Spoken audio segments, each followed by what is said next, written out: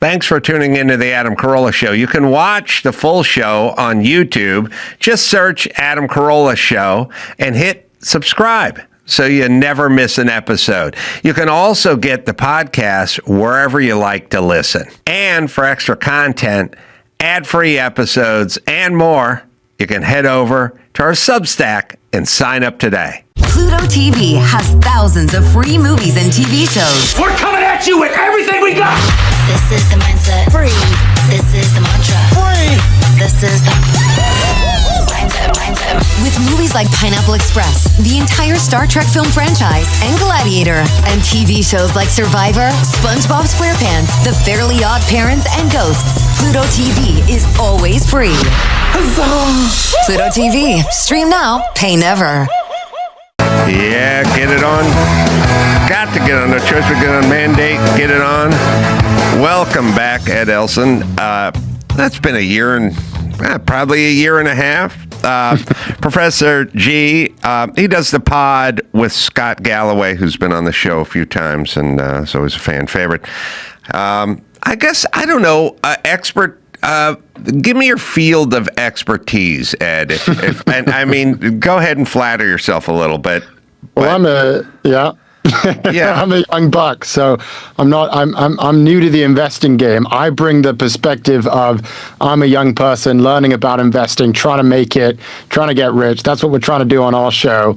We're trying to build economic security. So it's me and Scott Galloway. We talk about all things markets. We talk about all things finance. We try to make sense of the news as best we can. So I'm Scott Galloway's Padawan. I'm not so much of an expert, but I talk about the markets, I give my opinion, and that's what we do on our show. So it's good to be here. Yeah, it's interesting, money and relationship with money. I think coming from a family that didn't have a relationship with money and was sort of turned off to it in a way that a fat person would be to a gym or pick up hockey game or something. Like there was a kind of a shame involved. What it was is we don't make money. We don't really know how to make money. And instead of investigate that, we're just going to stay away from all things money because it's kind of shaming and it's a little bit depressing.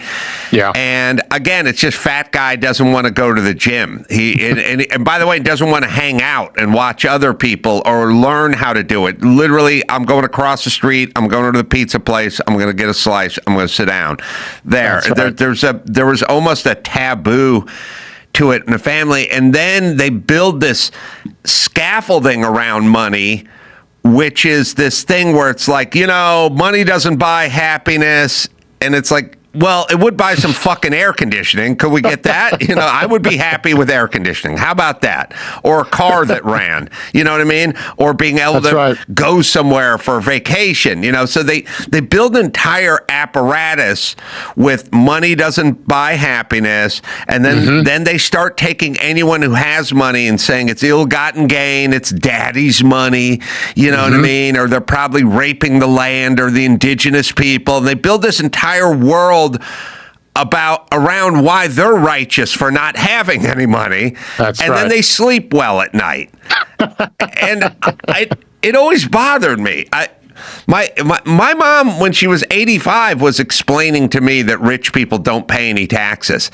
And I'm like, are you nuts? I'm rich. I live in California. It's all I do is pay taxes. She's like, well, they don't pay taxes. It's like they have to build this Trojan horse of bullshit around money, and I wish and I wish they'd just drop it and go, please tell us more. I'd like to learn. Exactly. Yeah. It's doing everything you can, everything in your power to convince yourself that, this stuff doesn't matter. But to your point, well, it's kind of nice to have nice things. It's kind of nice to go on vacation. It's kind of nice to be able to afford a home. So that's what we want to do as well. We want to be real about things. We want to be real about, to your point, the rich are paying a lot of taxes, but there are some things that we could do in terms of the economy where the people at the very, very, very, very top or indeed paying a little bit less compared to the people in, say, the top 1%. And that's a whole other conversation we could have. But what we want to do is be real about things and recognize, yeah, money isn't going to buy you infinite happiness. It's not going to solve all of your problems, but it's actually going to solve quite a lot of your problems. And if you want to get real about it, then let's have the conversation. Let's talk about it. Let's stop deluding ourselves, as you say, that none of this matters, because we all know that it does. Well, here's a subject I never thought about. I don't know if money solved all of your problems. Oh, here's an interesting challenge, I guess. Did money solve more of your problems 200 years ago than it does now? I do feel like everything sort of comes back to money now. Yes. Everything is about food, and it's about transportation, and it's about living. You know, in LA, I mean, average rent's $2,200 or something. Like you would have to live. You know, when I moved out, I got a 1-bedroom. I had 3 guys living in it, and we didn't have air conditioning, and it was not comfortable sleeping on a futon with another guy. I mean, me and a guy shared a futon. It wasn't comfortable. It didn't make me happy. It didn't make me happy. That's right. So. And that's, I would say, that I think is the key point there, because this is what a lot of people say is, you know, we have come a long way in 200 years. And 200 years ago, what money would buy you is the basics. I mean, if you made the money, then you were able to feed yourself and you had shelter, and that was a big deal. Now we're at a different stage. Most people in America, at least most people's basic needs are just about met. There are people who still live in poverty in America, and it is a big problem. But when you think about people who are not happy with their lives, when you think about the basic things, it's like, well, you have a roof over your head, you have enough money to pay for food such that you can feed yourself and not go starving. Again, there are people in America where that's not the case. But what we find is that that's not key to happiness. Actually, there's something more. And this is the problem that we're experiencing with young people, especially, because a lot of people will say young people are very upset right now. Young people do not feel very good about the world. They don't feel good about America. They don't feel good about the economy. And a lot of people would say, well, what's the problem? You can DoorDash your burrito. You didn't have that 50 years ago. What's the problem? And the problem is young people don't feel a sense of ownership over their own lives. And it turns out that is very important. The idea of having the possibility of going out and buying a home and building a life, it turns out that matters a lot. And it is very hard to do that for young people right now, especially when housing prices, as you point out, have just skyrocketed over the past 50 years. Well, I agree to a certain extent. And what it is you do want a sense of dominion over yourself and ownership, as you say, and that's for sure. But they're also competing against that. You know, they're not wanting to own a car. They're wanting to Uber everywhere. There's a certain, you know, ownership of your life it's not all about real estate. A lot of it is just about a discipline and a procedure and a sort of, I get up in the morning and I make my own breakfast. I don't have it delivered to my house and made by somebody else. You know, I wash my own car, or I do my own work and chores sort of around the house. I take care of myself. I exercise. I work out.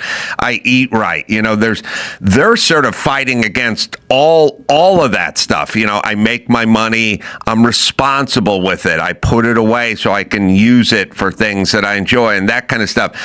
And then there's a kind of community part where it's like I have a group and I help those people, and I, you know, we do things like, you know, when I was young, you might help someone move. And that might be a whole weekend of you just carrying furniture up and down the stairs. You know, I've moved people from LA to San Francisco, you know, rented a cube truck, and, you know, and then at the end, your payment is a 6-pack of Budweiser.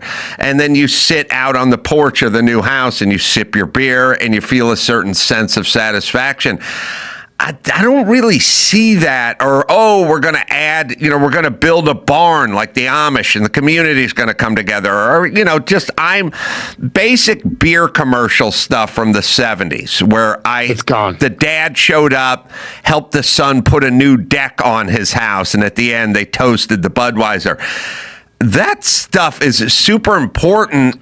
No young people I know are involved with it at all. Not happening. It's edibles and it's edibles and DoorDash and Hulu and DoorDash. Yes. But I have to defend my generation as a member of it, because the question is it because we don't want to do that anymore, and so we've decided to do something else? Or is it because we've been conditioned in a certain way, and the environment that we've grown up with has sort of taught us to be more attracted to things like swiping away on Hinge versus going out and actually meeting someone in the real world? And I would argue that technology companies are the reason that we have become this way. And I agree with you. I'd rather we were more interested in community. We were more interested in working hard, figuring out how we can take ownership over our own lives versus just outsourcing everything to our phones. But you have to remember, we grew up on these screens. We grew up with technology. We're the first generation in history to have lived our entire lives on screens. And if you actually add up the amount of time that we are spending looking at our phones, this is Gen Z specifically, if you add it all up over the course of a year, it comes out to 109 days out of the year that we are looking at our phones. We spend 106 days asleep. So that gives us about 150 days left over to do all the things that you're supposed to do, to figure out how to meet people, how to network, how to get a job, how to establish a relationship, how to get a girlfriend, how to get a boyfriend. We don't have enough practice with this stuff. And I would argue that it's largely because we're operating with almost like 40% less time than our parents did at our age, because we're glued to these devices. So that's where I try to defend our generation. Yes, we certainly have our shortcomings, and there's a lot of ways in which we could be better and take more ownership. But I do think we were in a lot of ways dealt kind of a difficult hand, where we were given these devices literally from the moment we grew up. Yeah. Well, Dawson, you can look it up. I don't know what year officially is the smartphone come into wide use, not the prototype, because they always do this thing where they give you some German scientists in 1971 came up one, but it was a backpack smartphone, and it had exactly. I just mean, like, when did it basically hit the zeitgeist, the smart phone? I would say, and maybe someone on the show can fact check me, but I would say the early to mid 2010s is when everyone has a smartphone. I mean, I'm 27, and I got my smartphone when I was 14. Right. But before then, I was still on the screens, and I was playing the video games, and I was on the computer, and I was still very much grew up looking at the screen. The smartphone was definitely the game changer, and that's where it just expedited the entire process to the point where we are literally spending most of our time. Yeah. Well, I have an answer, and you're correct. 2010 to 2013, that was basically the stretch where they became mainstream. iPhone launched in 2007. So I missed that train, and I was always kind of reluctant, maybe from a weird impulse standpoint, to get involved too heavily in that world. For instance, I never played a video game, and they were available. I just didn't. It was weird, in a weird way. I think I would file a video game under phone sex. There used to be a lot of phone sex, and I would kind of go, I don't really get it. Like, it's not sex. You don't even meet the person, and she's just saying shit, and you're like, yeah, I know. And I was like, it's kind of a simulation of sex or a relationship, and they're like, yeah, I like it. And I'm like, I don't like it because it feels weird, because it feels unsatisfying, and I felt that way with video games. Like, I just felt, and by the way, before that, I felt that way with comic books. I was like, what are we doing? Well, we're reading Spider-Man. And I'd be like, well, what's he doing? Well, he's up on a roof, and he jumped off the roof onto a tree. And I'd go, well, why don't we go do that?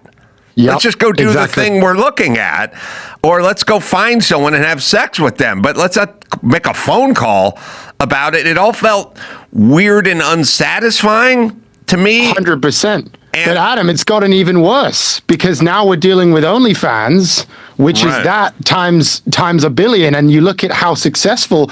I mean, one, we've got AI and OpenAI, which is the main technologist of our time, and they said that they wanted to basically get into AI porn. They've now rolled that back. But OnlyFans is one of the most interesting companies in the world right now because they're doing $7 billion in revenue per year. Americans are spending more on OnlyFans today each year than they spend on toothpaste. They Wow. have 300 million registered accounts, 70% of which are male. And so that's basically, I mean, you're getting close to the population of America across the entire globe paying for OnlyFans. And what they're doing is that, as you say, it's not actually a sex, it's not actually a relationship, but what they do is they pay to have the chance to message privately with some woman that they've never met in their life. And this is becoming so popular, so huge, that this company is now one of the most profitable companies we're seeing. It's one of the most revenue efficient companies in the world on a per employee basis. They're printing money right now because we are so lonely and because we're so out of touch with how to have normal relationships with people, how to go out and meet people in any normal type of way. So, I mean, the video games, it started somewhere there, Yeah. but now we've gotten way out of control to the point where young people don't even know how to talk to each other. So they just simulate the experience by going on OnlyFans and paying someone to just have the chance to speak with them. Well, you brought up something that caught my ear a couple moments ago. We were talking about networking and young guys, and I could remember at the beginning of my career, I did a lot of networking, and I didn't even know it was called networking. I just met people who were doing what I wanted to do, and I made myself useful, like really useful to them. Yes. And I hung out. I was whatever they were doing, sort of count me in. You know, if you guys are, it could be we're playing cards. I'm like, oh, I love playing cards. You know, next thing you know, we're all playing cards. When I started at the radio station, I wasn't getting paid, and I was just trying to ingratiate myself. I noticed, and it's weird, I bring it up from time to time because I must have been, in my head, I was trying to get something done, but I noticed that one of the morning show stars, it was Kevin and Bean on K-Rock, and it was Bean's car was parked out on the street in front of the radio station. I noticed there was a big scuff in the side of it, like someone took a hockey puck and made a big black scuff. And I was handy enough. And the next time I showed up or brought some rubbing compound, and I just went a wet rag and I just buffed it out There we go. on the street. And then I walked up, and when I got up to the radio station, I said, "Hey, Bean, by the by, that scuff." He goes, "Yeah, things drive me nuts." I go, "Got rid of it. Looks brand new." And he goes, "Oh we man, go. thanks, brother." It took me about 3 minutes to do, but I cemented myself in that guy's brain as one of the Yes. good ones, you know. And then after I'd been there for just literally about 3 months, the whole morning team was going to New York to cover the MTV Awards and blah, blah, blah. And I wasn't an employee. I wasn't getting paid. I was just kind of helping out. And they were like, we should bring Adam to New York with us all, you know. And the radio station was like, I'm not going to pay for another hotel room and another plane ticket. And he's not even an employee kind of thing. And they battled to get me to go with them because I had made an impression on them. I'd networked with Yes. them. And I have been at this podcast studio for 16 years, and I've seen throngs of young guys come in and out of this place who, as employees, who said they wanted to do this or do comedy or do writing or do some form of whatever it is I've been doing for 30 years. I've never had one of them ask me a question. I've never had one say, "Can we go out to lunch? Can we talk a little about this process or how it works, or tell me a story? How'd you get started?" Yeah. I've never had that conversation with anybody, any young man in this place, which is insane, but it proves something is going on, because that's all we did when I was young and trying to work my way up, is find guys, ask them questions, ingratiate yourself, work for free, and buff out a scuff mark. So, Adam, you need to start a career advice show for young people now, because now we've got the problem of AI, where young people are thinking, what are we going to do if AI is going to come in and it can do all the things that humans are supposed to do? I mean, if I studied computer science, now AI can do the job. If I studied any of these other topics, AI can now do the job. And everyone's trying to think, okay, what is AI going to do? How is it going to replace me? And we are seeing some scary employment numbers for young people at the moment. But you do have to think, what can AI not do? And this is one of the things I tell people on our show, and you basically just said it. AI cannot clean up a scuff mark on someone's car. Right. That's not something that AI can do. AI cannot tell you a story about how you used to go to the same coffee shop that the person that you're networking with used to go to. It can't tell you about how, oh, I was in the same fraternity at my college and you were in the same fraternity and maybe let's bond over that. AI is very bad at getting coffees with people. It's very bad at establishing that level of connection. And so when you think about, okay, how are young people going to figure out this whole employment thing? How are they going to get a job? How are they not going to lose a job to AI? It's exactly what you just said.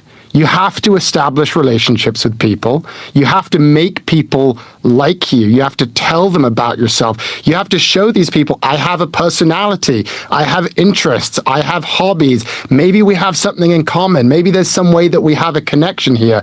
Those are the things that AI is never going to get done, because AI is just a sheep.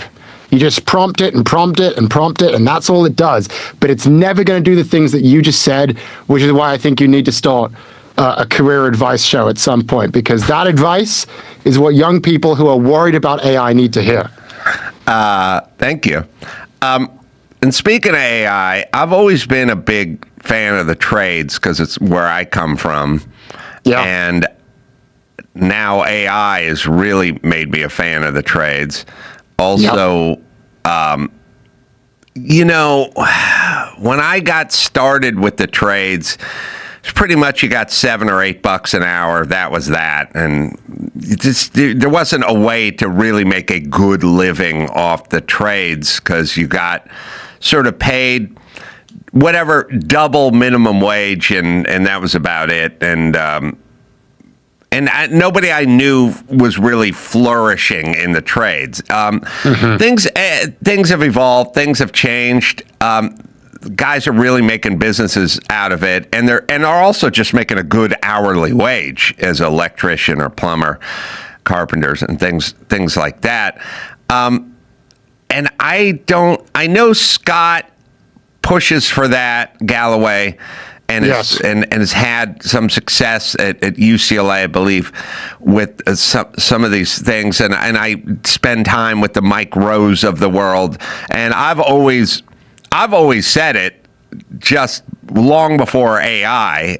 For me, I can remember a big push in the late 90s about exposing kids to music and how we needed the music programs, and the schools were closing the music programs, and hi, I'm Sheryl Crow and this is super important, so you should listen to me. And I'd go, listen, music is fine, but they need shop class is what they need. They're not going to make their living as musicians, but they would as carpenters. And you guys who are pushing for the music class don't give a shit about all the shop classes. You want those to go away so you can have more music classes.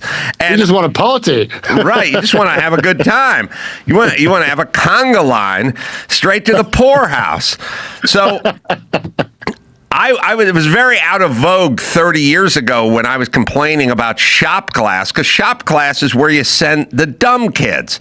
The smart kids were going to college, and the dumb kids were going to shop class. And I've always fought back against that. And now, finally, sort of slowly, it's coming around, but it's still, there's a kind of snobbery involved. 100%. But I do think that is coming to an end. I think it's starting to change. I think we are seeing more of an interest and more investment in vocational training because we're realizing that this stuff is really, really important. I mean, we're on the subject of AI, and we're thinking about how are we going to build AI, this thing that's going to create trillions of dollars worth of value, is going to transform the world. Well, if you want to do that, then you need to build these things called data centers, and those things called data centers are going to need electricians and technicians to lay down the groundwork, build those things up. And right now, that's where all of the money is going.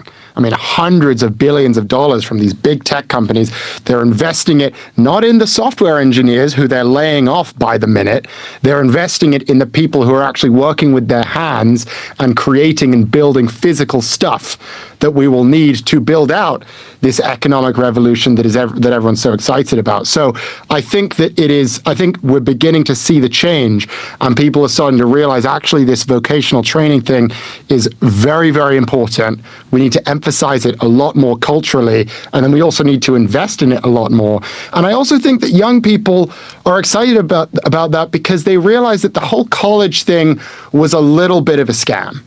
I mean, it depends on who you are and where you went and the amount of debt that you took out to go to college. But, you know, for a generation where college costs were 42% of our annual income, and you compare that to, say, my grandparents, where when they were my age, it was 13%. When you consider the fact that a third of people who take on student debt say that college wasn't worth it, I mean, that's a generation of people who are like, we were sold a very specific vision.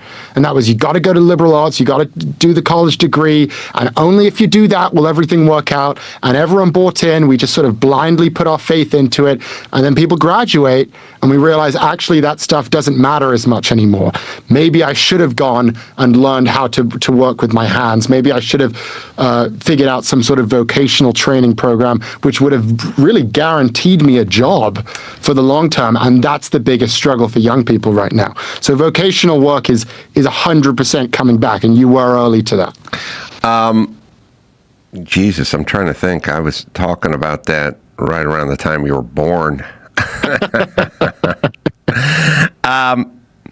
So you brought up a very good point, which is AI is going to put a lot of programmers out, but it's going to create a lot of jobs for electricians, plumbers, and guys who do big projects. And at the moment, that's what we're seeing at the moment. Right. That's right. And it is, but it's a very good sort of hard example. I said, pardon the pun, a concrete example of like you saying to your 17-year-old son, look, AI, you're worried about AI putting you out of work. It can if you go down this path, but if you go down that path, you'll have work for the next 40 years because they're going to keep having to build these data centers. So it's a very good way to couch it. And like I said, back in the day, we weren't really getting paid. These guys are getting paid now, and it's a good living, but it's also satisfying. And I don't think we're understanding that males especially need to kind of be up on their feet, and they need to break a sweat, and they need to have a sense of accomplishment. And there's also a sort of camaraderie because the crew, the construction crew, you know, you'll have your crew. It's a little battalion almost. And you make friendships, and you have a camaraderie. And it feels good. And it also, I can tell you the difference between finishing something at the end of the day and sort of standing back and looking at something that's physically built, that something that wasn't there the morning you got there, and now it's the afternoon and you're gone. And by the way, it's going to be there for 100 years. You'll be gone. It'll still remain versus like sitting in that cubicle and doing data entry. Yeah. I don't think, and I don't think it's good for anyone, but I think it's especially bad for young men. 100%. 100%. I mean, if you're sitting there just kind of, moving slides around on a PowerPoint and punching numbers into a spreadsheet, no one has ever thought that was an interesting or fulfilling use of your time and way to spend your life. What is interesting, and hopefully this isn't too marketsy and financy, but I do think it illustrates your point here. When you look at stock prices in the markets right now, we had a good 20 years where Wall Street investors were very, very excited to pay for companies that specialized in the stuff that exists in the world of bits, not atoms, where you'll pay for a company that is designing software programming and customer relationship software, all the stuff that you're describing. And Wall Street decided that that's the thing that matters most, that we really want to have these very asset-light companies, and we're going to pay extraordinary premiums for these companies, these software companies. That's what we're going to pay for. But in the last year, or really the last 6 months, there's been a switch where suddenly the valuations of the companies that deal in the world of hard assets, that deal in the world of things, that are actually building physical stuff, suddenly their valuations have skyrocketed. One of the best performing stocks in the market this year has been Walmart, just as an example. And no one would have ever expected this, but Walmart is now trading at a higher valuation multiple than many of these software tech companies, because investors are now repricing what they believe actually matters most, and they've decided actually the software doesn't matter. That doesn't matter. What matters is the stuff in the real world. That's the stuff that we want to pay a premium for. And so the dynamic you're describing is interestingly kind of playing out in the financial markets right now. And so if you're someone who's invested in stocks where they very much deal in the world of hard assets, where they actually own physical things, that's actually something that you've been rewarded for and you've been paid very handsomely for over the past 6 months. And the companies that build software, that they build spreadsheets, they build PowerPoints and slides and decks, and then people sit in their offices and move things around, those companies have gotten very, very punished over the past 6 months. So it'll be interesting to see if this trend continues, where people decide, actually, we're not so excited about things on our screens. We're actually more excited about things in the real world. And I think the best thing would be if that happens for people, for workers as well. And I do think that we are starting to see that, but that is the trend that we're witnessing on Wall Street right now. It's very interesting to see. Well, it's interesting, the notion of the popularity of the walking desk, the desk where you just stand on the treadmill and walk, is kind of an interesting metaphor for sort of the fact that we need one of those is an interesting That was thing. all the rage. I know, but I always try to picture myself sort of explaining a treadmill to people from 500 years ago. You know what I mean? Where we just go, what is this? It's a simulation of walking. It's like, well, why don't you just walk? We don't have to walk. We don't want to walk, but we kind of want to walk, but we don't want to get fat, but we don't want to go outside. So we created a simulation of exercise. And I've often said that the treadmill makes sense because we went, well, what's happening? Well, people were sort of fit and sort of thin because they walked long distances to the well to get water, and then they had to carry the gourd filled with water back to the hut, and so no one was really fat. You had to do that. And then so someone said, well, why do you need the treadmill now? Well, we don't have that anymore. We have hot and cold filtered water, bottled water, and Grubhub, and we're not going out and walking around. We don't need to, so we've simulated that with this. And I go, okay, well, that makes sense because, you want to stay fit. I would argue that some version of the treadmill is necessary now mentally. That while we're on the treadmill, we're still staring at our phone on the treadmill.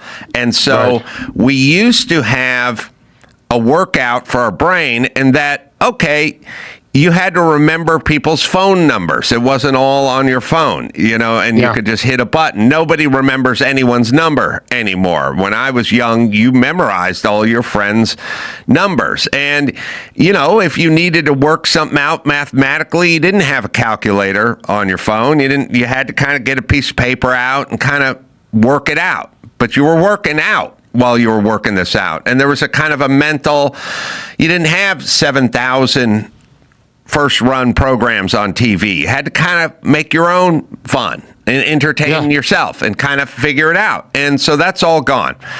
And so now we do need a sort of a treadmill for our mind. And nobody's really thinking about it that way. They're just thinking about, they understand the physical part, everything is sort of simulate chopping wood and simulate, I got a rowing machine. It doesn't go anywhere. I just sit in one place and I row. I'm not on a river. I'm not moving. I'm looking at a video of someone else who's actually on a river while I'm sitting on my rowing machine. And it's all a simulation, but we're going to need some version of that mentally and emotionally. And we don't. And I just tell everyone, here's the version of it. You got to start doing sort of mundane tasks and a little, what Dr. Drew calls a little ordinary misery.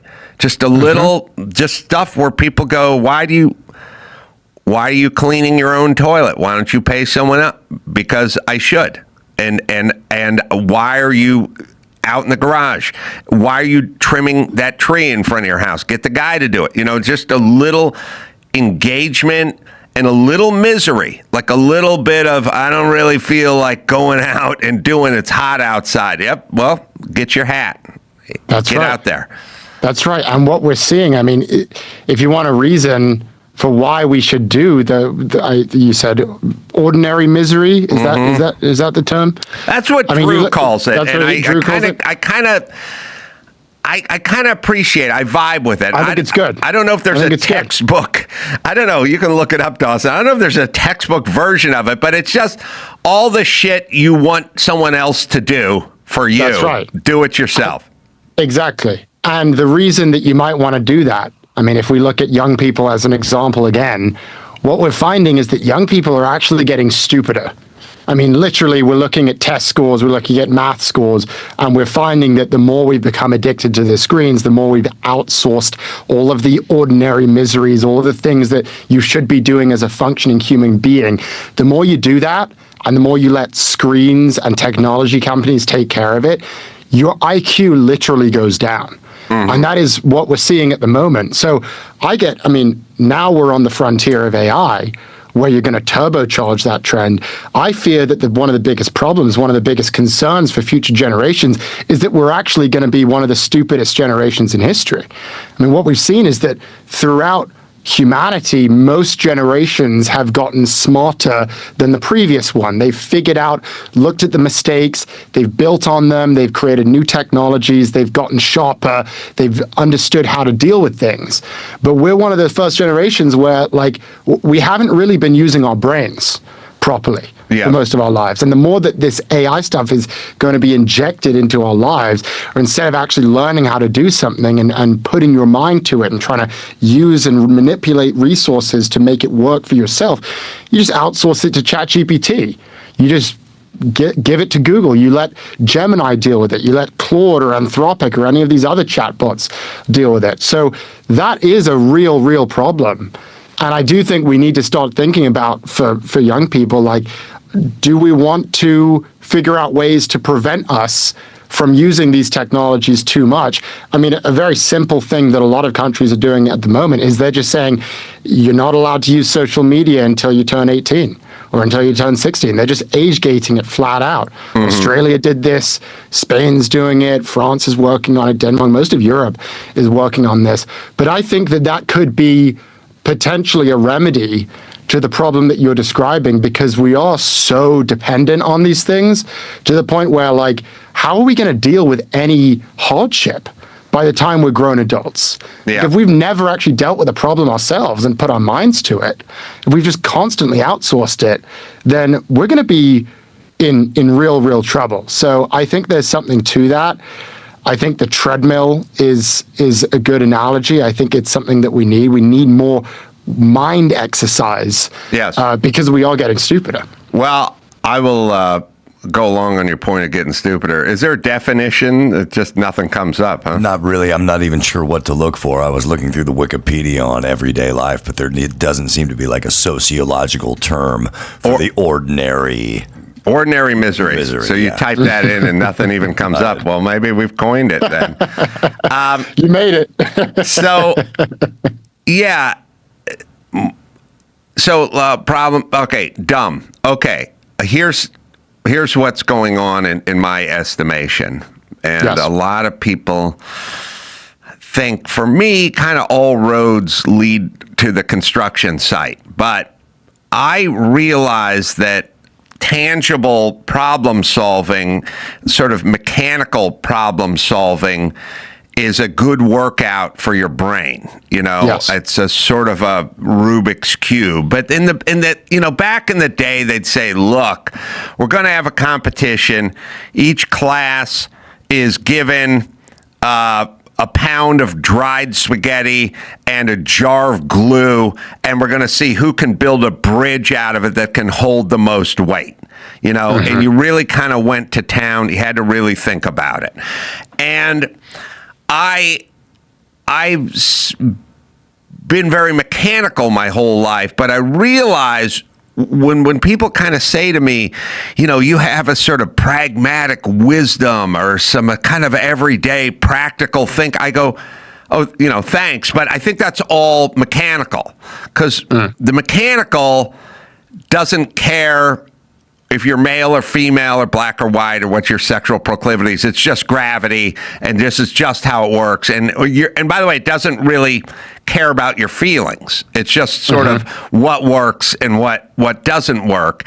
And I've lived my life in that world, trying to problem solve and work things through and so on and so forth. And I realize, and I do it almost on a daily basis, I can sort of have a conversation about how to build something with someone else who knows how to build, and we can talk it over the phone, we can talk it through, and I can sort of see it spatially in my brain. I will see what I'm laying out for this person. And nobody builds anymore today. So kids don't tinker. They don't tinker. I spent my entire youth trying to fix my bicycle or upgrade something. Everybody was trying to work on their go-kart or their mini bike. Like, there was tinkering. There was nothing but putting things together. And nobody does that anymore. And so they have a sort of illogical thinking that goes along with that. And I hear it a lot. Like, it's a little magical in thinking. Like, we have a politician out here in LA who's, I guess, trying to run for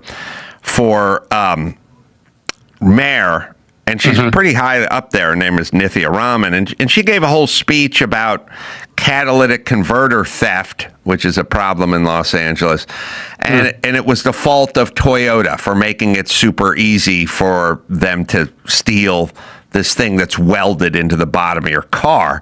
And it's an insane premise. It's an insane premise, but it's only a premise that someone who's never built anything could come up with. I couldn't come up with that because I know how an exhaust system works on a car, and I know what a catalytic converter is. And by the way, I know all the tools you need to steal a catalytic converter. You would need a Sawzall, but that's a brand name. It's a bayonet saw or a reciprocating saw, and you'd have to get under the car with a floor jack and steal the thing. Hopefully, a can of WD-40, make it a little bit better, and a by-cutting metal blade on your Sawzall. Oh, I know all about that stuff, but she doesn't know anything about it, so she can give a speech saying it's so easy to steal and we should blame Toyota.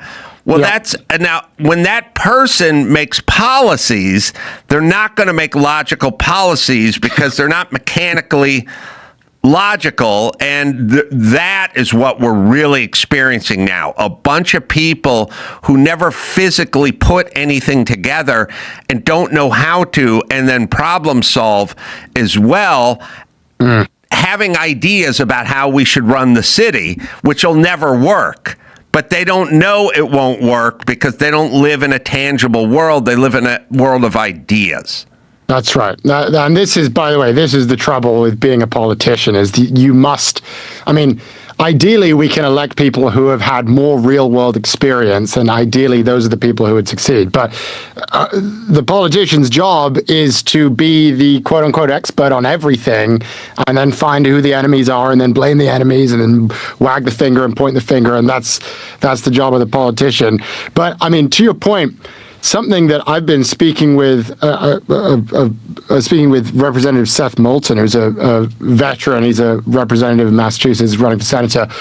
And one of his viewpoints, I don't know if he's said this publicly at this point. I think it's fine that I'm saying this, but we've been talking about the idea of national service, not just in terms of like you go and enlist in the military, but it would be perhaps good for young people and good for our generation if there was an expectation that when you graduate high school or when you graduate college, for 2 years, you're going to go out there and do something that is legitimately productive for America. You're going to go work as a mechanic and figure out how to build things in certain areas. You're going to go work as, maybe a teacher. You're going to go in and provide some sort of public service, and you're going to get the skills of understanding this is actually how the real world works. This is how capitalism works. This is how value is created. This is how people get paid.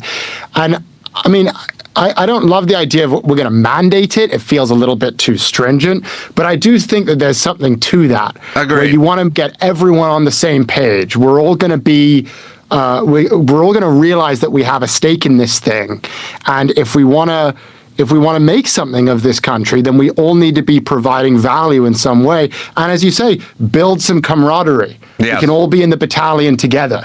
Well, I think that there's something to that. No, I completely agree. I don't know. You can look it up. God, let's see. Something's bothering me.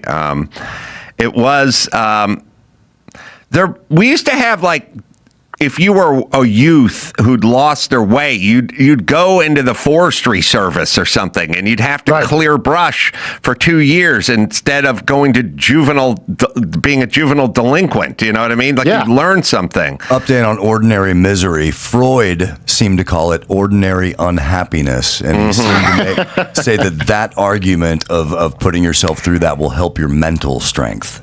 It will. And you know, the other thing that's interesting, if you go to the Red Rocks Amphitheater in Colorado, which was built, 100 years ago, it was mostly built by delinquent boys, like boys who were fatherless, who, would have lived in the poorhouse or whatever. They took these 14, 15-year-old guys and they went, look, we got to put you to use and you got to feel like something. Otherwise, you're just going to be running the streets.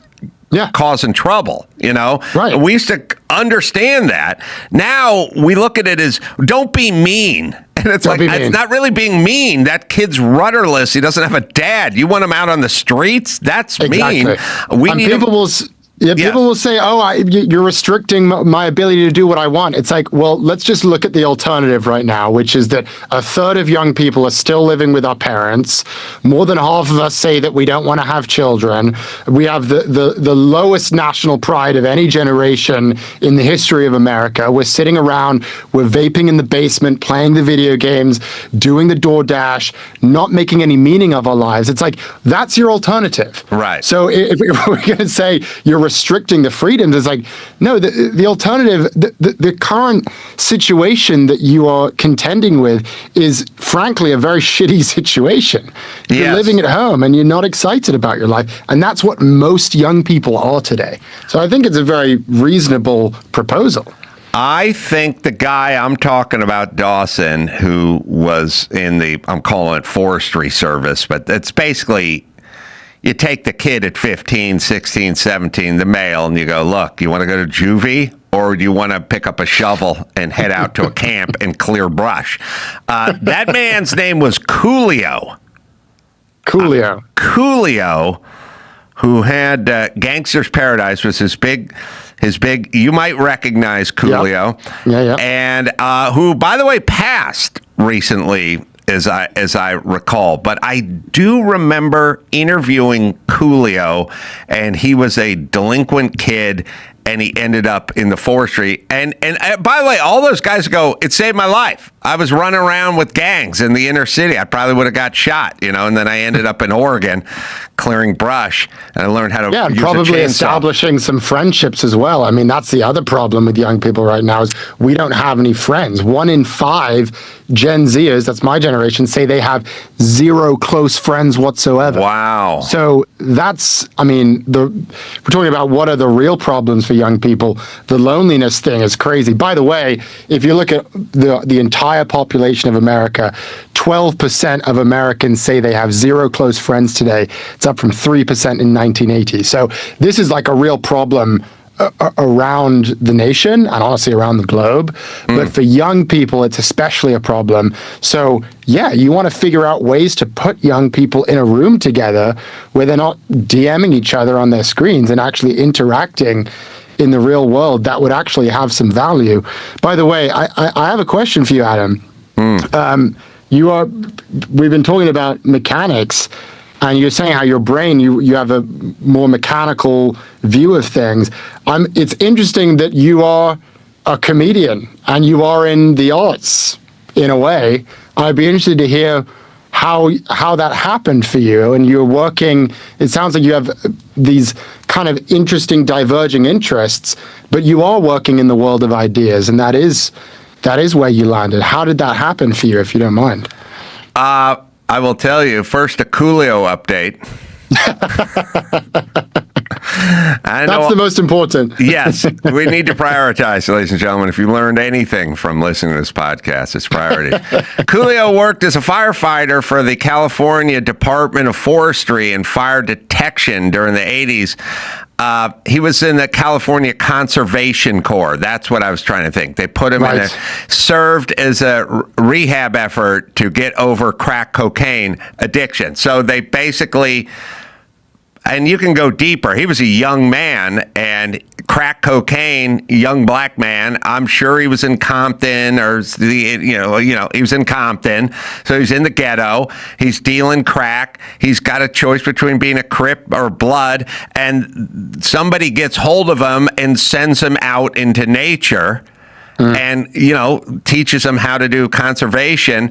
And that's what it was. We'd have Corps. We'd have the California Conservation Corps. Now, if somebody tried to mandate that today, the ACLU would sue them, and then we'd never be able to do it. And our argument is, you are suing me so this guy can have the right to get shot by a gangbanger and never see his 17th birthday. Okay, fine. Listen, for me, they would. ACLU would definitely sue you if you tried to do some sort of mandate with this. Now, we should try it. We should try it and test out the theory. So, look, for me, I was mechanical and had a great interest in that world, and still do. And it's not just about building houses. I love cars. I love race cars. I love engines. I love anything mechanical. But I wasn't able to make. So ironically, if you wanted to participate and have race cars and work on race cars and have a shop and then go race those race cars, it was a very expensive endeavor. You need a truck, you need a trailer, you need a shop, you need the cars. Everything about it is expensive. The tires are very expensive. The fuel is, 117 octane and probably costs $40 a gallon or something. Everything about the endeavor is expensive. So, ironically, the guys who love all that stuff can't oftentimes afford to do that stuff. Yeah. So I was like, I want to afford to do this stuff mechanically. I would like to build myself a house. I would like to have a race car and a shop and tools and things like that. So I did an assessment of myself, which is I understood the mechanical part, but that didn't seem to pay very well. And I liked it as a hobby. I didn't like to be forced to do it for 50 hours a week. And by the way, I was building someone else's house. You know, it wasn't that as satisfying as building your own house. So I realized that my other aptitude was comedy. I had an ability to do comedy. So I just was very pragmatic about it. I said, here's the two things you're good at, building things and comedy. They're both innate, and then they both involve a lot of training, but they're kind of a calling. And people don't realize that the building stuff is a calling. The mechanical stuff is a calling every bit as much as wanting to dance or sing or work with underprivileged children or whatever that thing that everyone calls a calling. There is a mechanical calling. All the guys I know that are real gearheads, it's a drug for them. They must do it. You know what I mean? And to deny them of it is torture for them. To put them inside a classroom and tell them to sit there, and you're not picking up any tools, but you'll pick up a textbook and you'll just sit there quietly. It's torture for those kinds of people. But I realized that I could make money during doing comedy, and then I could that would pay for my mechanical addiction. But I didn't have any clear path to that. But I just went about it pragmatically. How did you know you were good at it? Because this is something we talk about on our podcast, is like how to identify what your strengths are. Because I mean, our belief, it sounds like we're in agreement, is the follow your passion stuff isn't the right framework.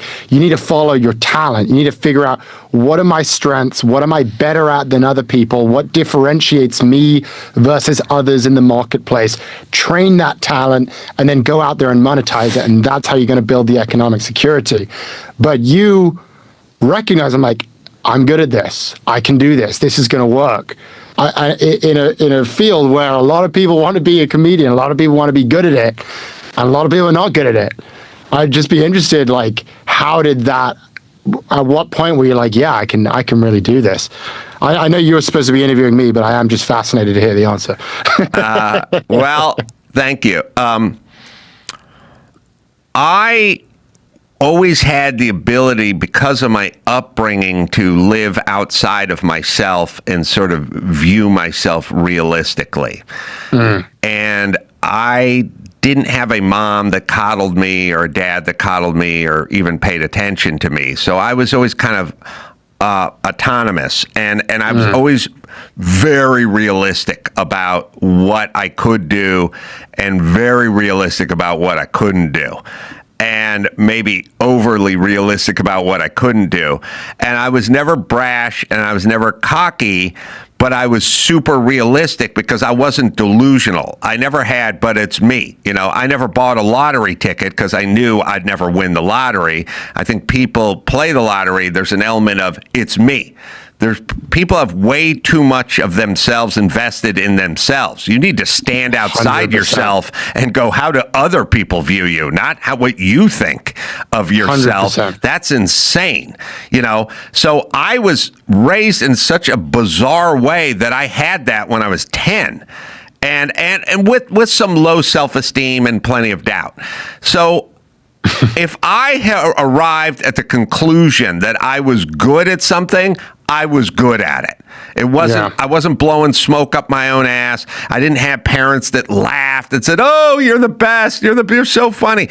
I had people sitting there with a scowl on their face, not even listening to me. I never had anybody in a position of power tell me I had any ability at all. No school counselor, no teachers, no family members. It was exactly the opposite. They told me to shut up and sit down, basically. So I was very realistic about what I could do, and I knew I had this ability Like you would know if you had a great singing voice when you were 15 or 16. You know, if you were a good singer or a good dancer or a good painter, you would know it.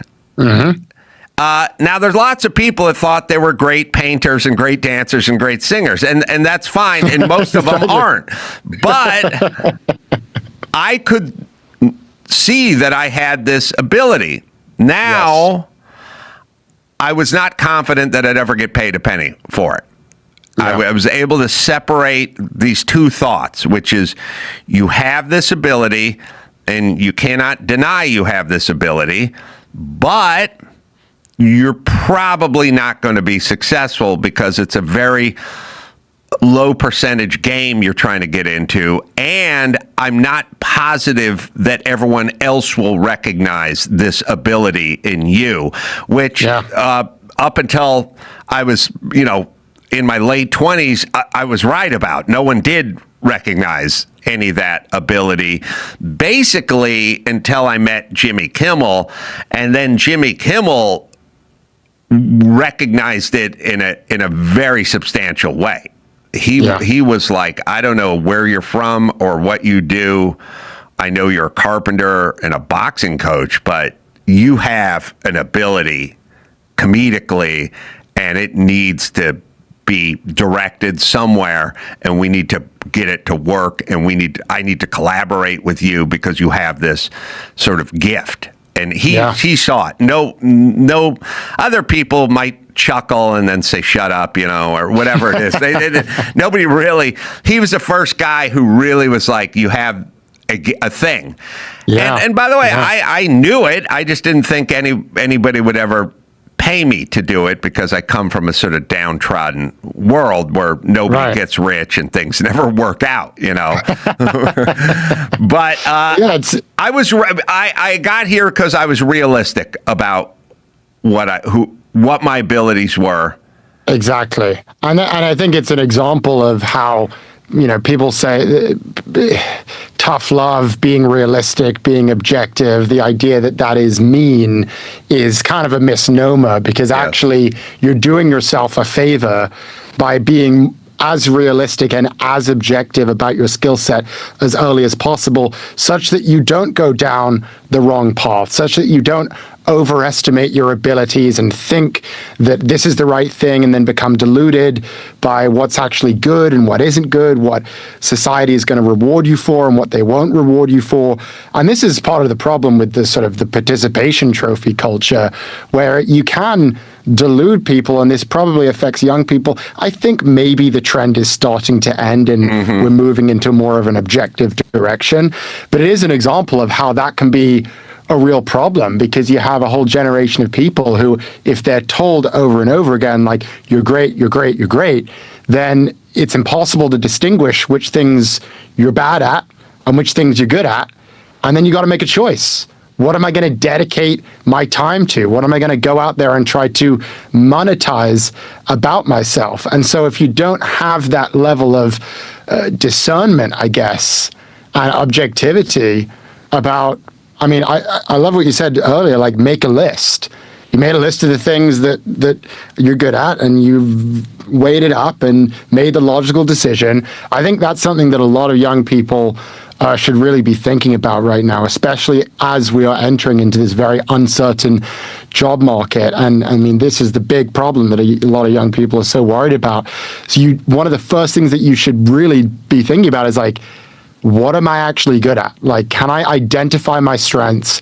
Can I write them down on a piece of paper? And in addition, can I identify the things that I'm bad at? Because once you can make those distinctions, that makes it so much easier to figure out, actually, okay, this is the path ahead. This is how I'm going to build the best life for myself. So it really isn't mean. It's actually kind. It's actually kinder to yourself.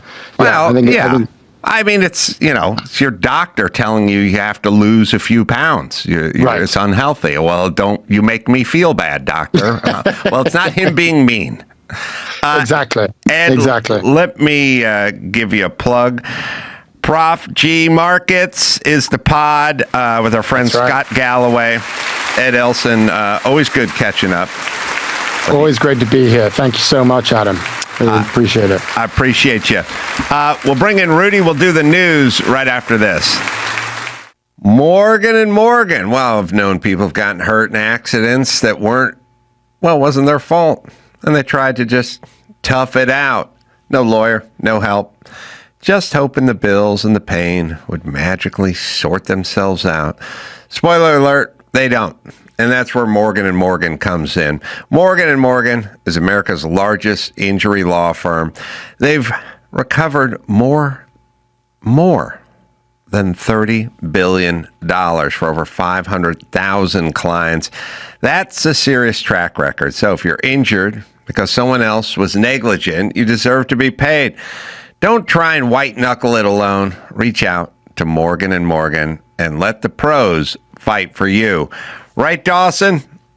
If you're ever injured, you can check out Morgan & Morgan. Their fee is free unless they win. Yes, that's right. Their fee is free unless they win. To learn more, go to forthepeople.com/Adam or click the link in the description below. To learn more, go to forthepeople.com/Adam or click the link in the description below. This is a paid advertisement. O'Reilly Auto Parts. Yeah, love that jingle. Oh. So, they're in the business of keeping your car on the road. We know that. They're also, I don't have too many car issues. Usually I can figure them out, but if I can't, I go to O'Reilly. And they got all the stuff there. Mostly stuff for me. Because the new stuff's like a computer, but my vintage cars, man, I can get a lot of parts from O'Reilly. They got thousands of parts in stock, either in store or online, so you never have to worry if you get in a jam. Also, they'll test your battery for free, and if it needs to be replaced, they'll help you find the right one. So whether you're a car aficionado or an auto novice, you'll see the employees at O'Reilly Auto Parts are helpful and friendly. O'Reilly is your one-stop shop for all things auto do-it-yourself. It's O'Reilly Auto Parts, right, Dawson? Stop by O'Reilly Auto Parts today or visit us at O'ReillyAuto.com/Adam. And that's O'ReillyAuto.com/Adam. It's time to check Adam's voicemail. Hey, everybody. Get an apartment before the ink is dry on your high school diploma. There's a car analogy for pretty much every situation in life. Weez would smoke about 4 dupes a day. I'm Adam Carolla, renowned expert on just about everything. You can leave us a message at 888-634-1744.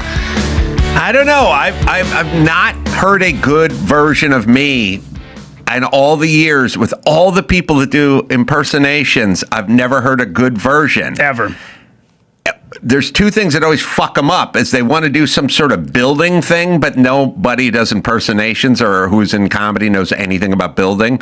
So they always go, mah, mah, mah, plywood, mah, mah, mah, nails. Like they can't. Left turn arrows. Ah. They don't know the lingo, Yeah. so they can't do it, but they've never gotten it. Right. I'll say this. One of my best friends and touring friend is Jonathan Kite, world-renowned impressionist. I have many a times on many occasions been on the road. Jonathan and I have sat in coffee shops. We've been in Ubers. We've sat at airports. And I have sat with him for hours to try to nail your voice. Jonathan doing it, obviously. Sure. And finally, at some point, I think it was about 4 months ago, he just went, just hell with it. I'm done. Can't get it. He's tried so many times. That guy can do spot on everybody, but he can't get yours. I wonder what that is. So what's so different? I mean, you got Christopher Walken, fine. He has a whole sort of cadence. Everyone's got a walk-in, yeah. Yeah, but I'm saying he has a cadence that people can replicate. Yeah. But then there's like De Niro or, Trump, fine. Why certain people you can do and then certain people you can't do? Yeah. Because they can do 40 people. Yeah. So what is that? And sometimes it's also not even dialing in exactly how they sound, but it's more of the essence of them. Like we used to do an impression of a guy that we worked with, and every time we started it, it would go, Will. Right. He didn't sound like that, but there was like an essence to it. And I don't know, man. Yeah, there's just some people you can't figure out. Anyway, if this caller wants to know why I know everything, it's because I'm super pragmatic. And if you're super pragmatic, then you win. And I'm super pragmatic because I'm super mechanical, so everything is pragmatic, and I've never read a book. So everything goes under the umbrella of what makes the most sense, and then your batting average is going to be super high. I think it's out there. It's in. I think our new vlog's out there for Home Depot. I ran into a guy at Home Depot, 65-year-old guy. Just ran into him, and chest first. You run yep. back? Okay. Start talking to me at Home Depot, and remember, he said, I said, "What do you do?" He said, "I'm retired." And what I say, Andrew? You predicted, or excuse me, and I'm trying to think of the right term. You said what he did with his life. He said you were a firefighter, and he goes, "Yes, I was." Right. Wow. So what, am I smart, or did I read a book on people's professions? No, just sized up a whole bunch of stuff. He was fit for like a 64-year-old guy. He was white and he was tall, and he came up and said hi to me. So he probably didn't work, knitting the AIDS quilt, and he was retired. Sure. And that's a young retired job, but he didn't look like he'd crushed it on Wall Street and then retired. And he was milling about a Home Depot on a Friday at noon. Sure. So that didn't mean started his own .com company and then sold it off to Nike or something. Yeah. So I did all the calculations in a matter of less than a second, and then I spit out firefighter. Yeah. Which could have been wrong, but it's a high percentage choice. Yeah, well, walking with the I Dalmatian. profiled. Yeah, of course, yeah. He was playing. He was eating chili. He Chili with was a the only Dalmatian. guy eating chili out of a bowl with a Dalmatian. Yeah, some smoldering ashes on the top of his head. No, he Still was wearing. smoking, He was in full gear. Full gear. Full gear. With the oxygen tank on. He had the tank. I had to pull the mask off just to talk to him. But he couldn't speak through the mask, but he gave me a thumbs up. LAFD, yeah. You must have been a firefighter in a previous life. I saw the truck parked out front. Yes, yeah. That's right. I saw him loading plywood onto the truck. All right. How dare you diminish my accomplishments? It's impressive. Everybody thinks it's luck or something. It's not. It's profiling. It's all the profiles. Yeah. You're like a human version of Google, where the internet knows more about you than people know about themselves. Yeah. Be a good way to look at it.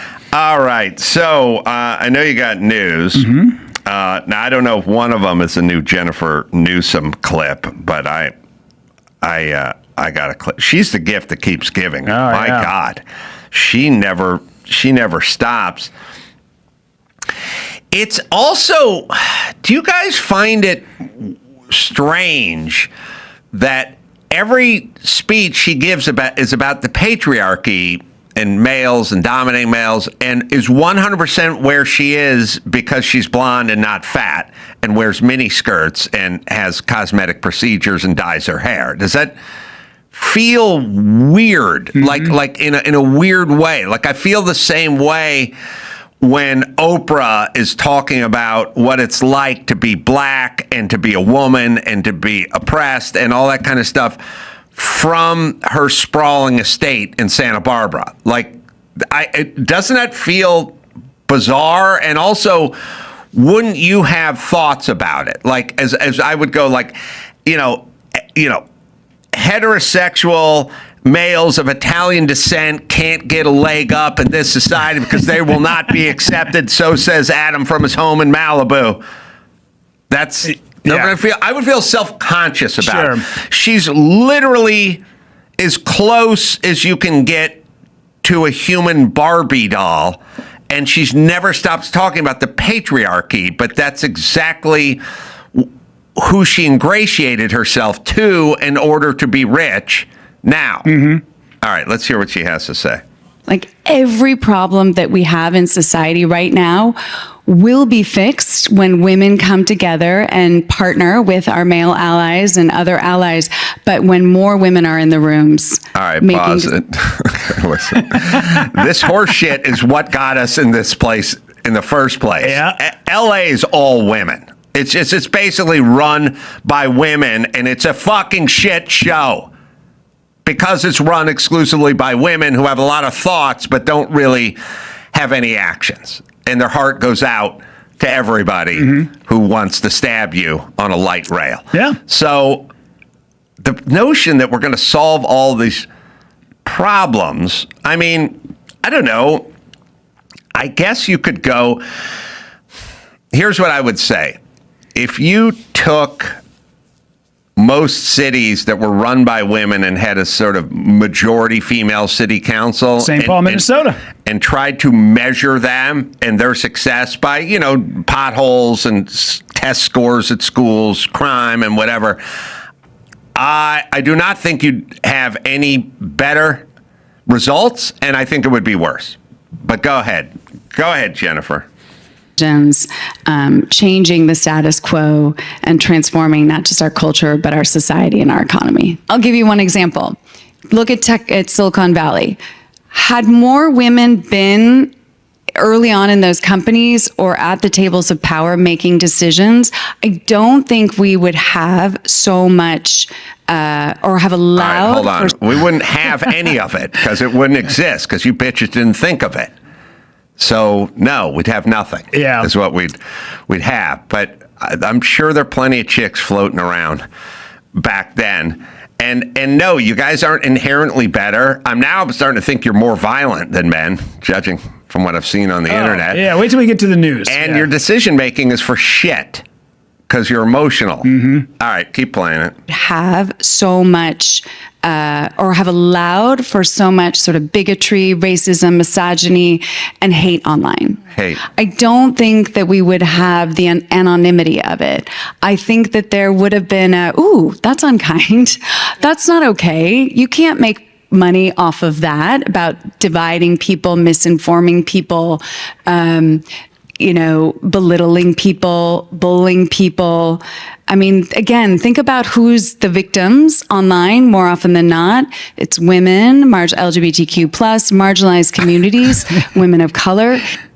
She was created in some sort of factory. A lab. And I really do think, weirdly, that her and Gavin Newsom don't even exist. They were just put here to try to get me to kill myself. Like somebody went, hey, Adam, what state you living in? This state. All right, let's hear what the two people that are running your state have to say. And I just go, are you fucking high?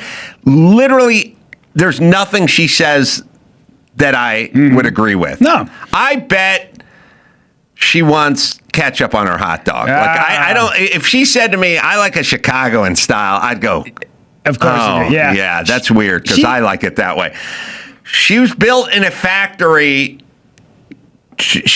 And also, it is perfect because I'm telling everyone this styrofoam packing peanuts world, like we're eating it right out of the box. There's nothing. These are empty calories. First off, you're wrong. Secondly, what's your plan, bitch? Thirdly, none of it's ever going to work. I bet she eats hot dogs the same way that Jacob Fry, mayor of Minneapolis, eats Indian food. With that disdain look on his face, like, get me the hell out of here. Why do I have to hang out with these people? I know I get votes from them, but I'll sit and eat this and try to at least somewhat kind of muster up a smile. I guess we'd have to go to Harvey Weinstein to figure out how she eats those hot dogs. Jesus Christ. Ugh. Sad. And also, by the way, listen. You can say all you want about the pee-whipped guy who's running the state into the ground, which is Gavin Newsom.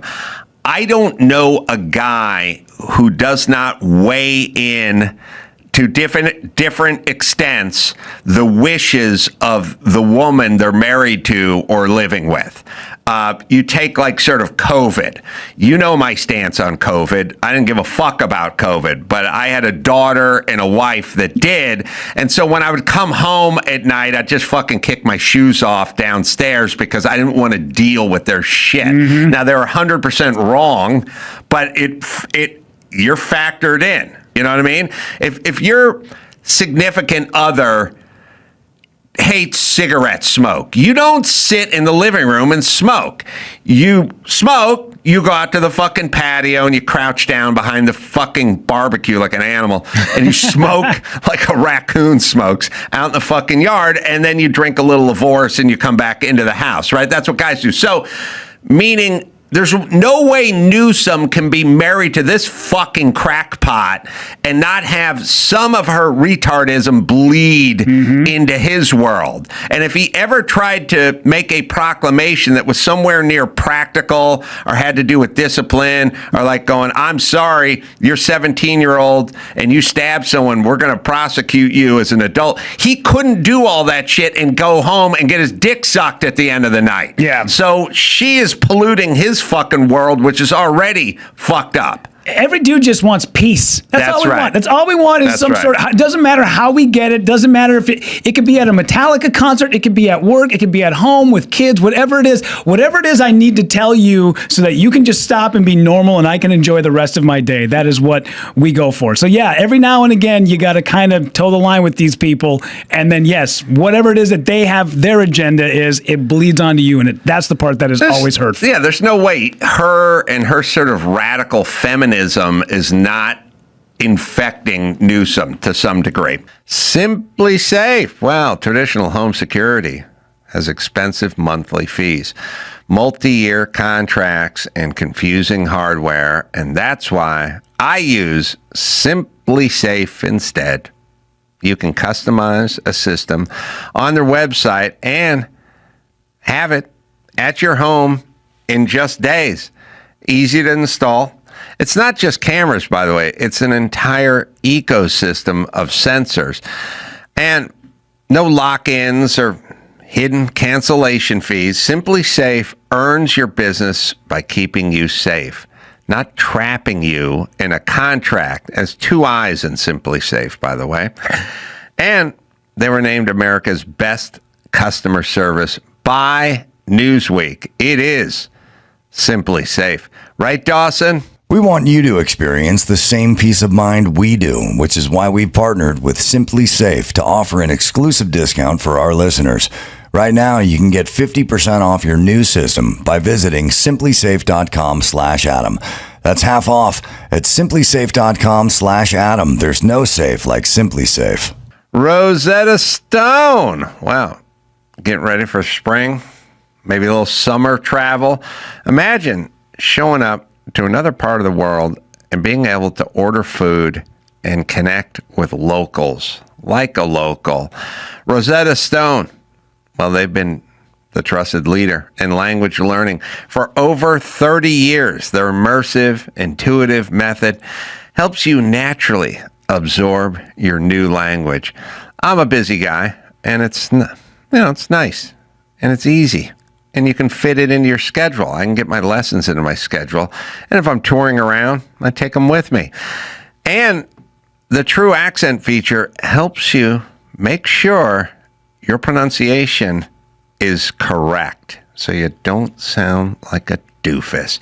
It's Rosetta Stone, right, Dawson? Ready to start learning a new language this spring? Visit rosettastone.com/Adam today to explore Rosetta Stone and choose the language that's right for you. Go to rosettastone.com/Adam now and begin your language learning journey. All right, let's do some news. Let's do it. Well, a 29-year-old man has been arrested on 2 felony arson charges for torching the warehouse operated by consumer goods company Kimberly-Clark in Ontario, California. He actually filmed himself after he lit this fire. Did you see any of this, Adam? No. Oh, this is wild, yeah. It's just a huge warehouse? Huge warehouse that this dude lit on fire. He was screaming about, one of the things that he yells is, all you had to do was pay us enough to live. He works at the warehouse. Uh-huh. And he started the roll of toilet paper? He starts a couple of these pallets that are filled with paper goods on fire. It's pretty insane that one guy with a $2 lighter and a little wherewithal could take out an entire 100,000 square foot facility. You know, we may not get paid enough to fucking live, but these bitches dirt cheap. All you had to do was pay us enough to live. All you had to do was pay us enough to fucking live. All you had to do was quit and go get a different job somewhere that paid you better. How about you get a fucking skill, bro? Yeah. All you had to do was pay us enough to live. Listen, any male, especially without a bad back and under the age of 40, is about a year and a half away from an actual skill. You guys want to fucking be barbacks and watch fucking ESPN all night and try to get chicks' phone numbers or have sort of stupid shit retard jobs. But you want to fucking go out and apprentice and you want to learn something, you can learn something. Absolutely. You don't want to work, but if you want to work, you're about 2 years away from getting paid a lot as an electrician or a plumber. But you never do it. You never avail yourself of it. You just fucking rot in a warehouse. Yeah. So this warehouse had to have fire sprinklers because it's a modern-esque warehouse. But I guess if you light enough pallets of toilet paper on fire. Yeah, I imagine so. It didn't say anything about the actual inside of but you could tell from the photos, the blaze it lit the whole damn thing on fire.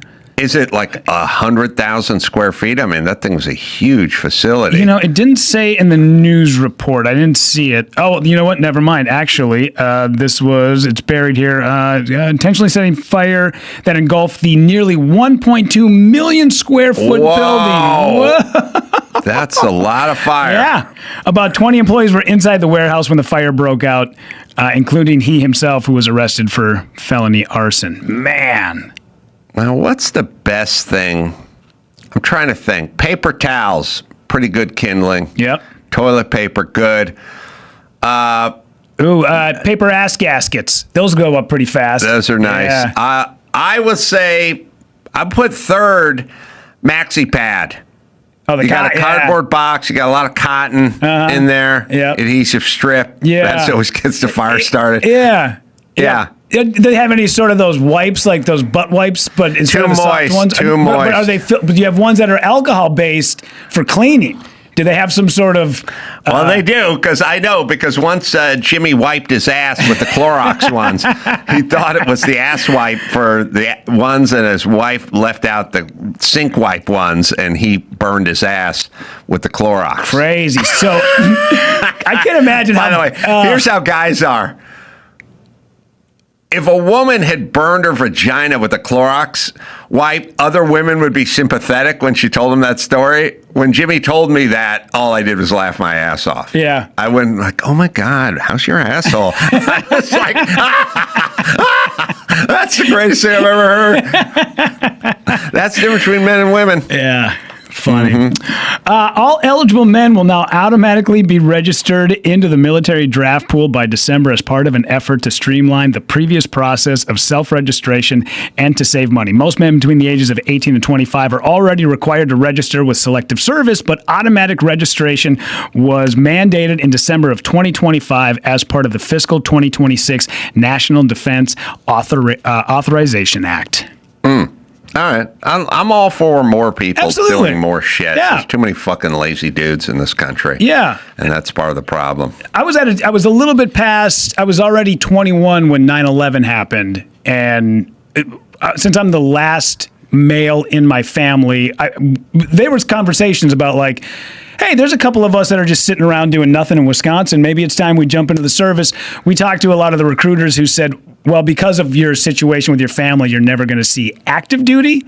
But there is, if you want to do behind the scenes stuff, you're more than you come from a family of pussies. Pussies, yeah, a lot of pussies. That's why they were like 5'6", all 152 pounds of you. Come on, buddy. They wouldn't let you because what with their family? Because I'm the last male in my family. I have no brothers. I have no cousins. I was the only male in my family. So they said you can still join, though. You can still go in. Interesting. It's interesting that they factor that in. Yeah. Well, there was it started because of, I think you and I listened. Saving Private Rudy. Yes. Well, it started because the Sullivan brothers from Waterloo, 5 of them. There was 5 of them from Waterloo, Iowa, who went to the service. All 5 boys were killed during the service, and that's where it came from. So, yeah, this is great. Absolutely. I think it's, man, I always say if I could go, I'm reading Rob Riggle's book about Spit, Grit, and Never Quit, Marine's Guide to Comedy. And he talks about being a pilot, and that's my biggest lament, is not becoming an Air Force pilot. Because I'm the size, I'm small. I wish that would have been the thing I could have done, and never panned out. Yeah, that's a dream of mine as well. I mean, it's so cool, but I didn't have the education to be able to pull it off. But,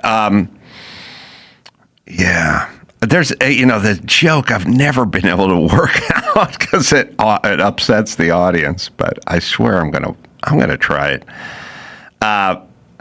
Is every one of those shows on 9/11, it always shows the guy sitting home like you, seeing the thing, and the guy said, I stood up when that second tower went down, and I walked right to the recruiter's office, and 2 weeks later I was in Afghanistan, and everyone's like, God, you're a hero, and I'm like, yeah, but also didn't have a lot going on. Sure. Why are you watching TV at 9 a.m.? Yeah, and then what about your family? You have a young girl, you just fucking left? Like, you literally just got up, left your house, and went I mean, if you think about it, if I just left right now and just went, I'm going to recruiting office, I'll be in Afghanistan for the next 4 years, I'd kind of fuck up a lot of people around me. Yeah. The only way you could do it is if you had zero going on in your life. Well, after the second day of no Montel Williams on at 9 a.m., he's like, well, what else do I got?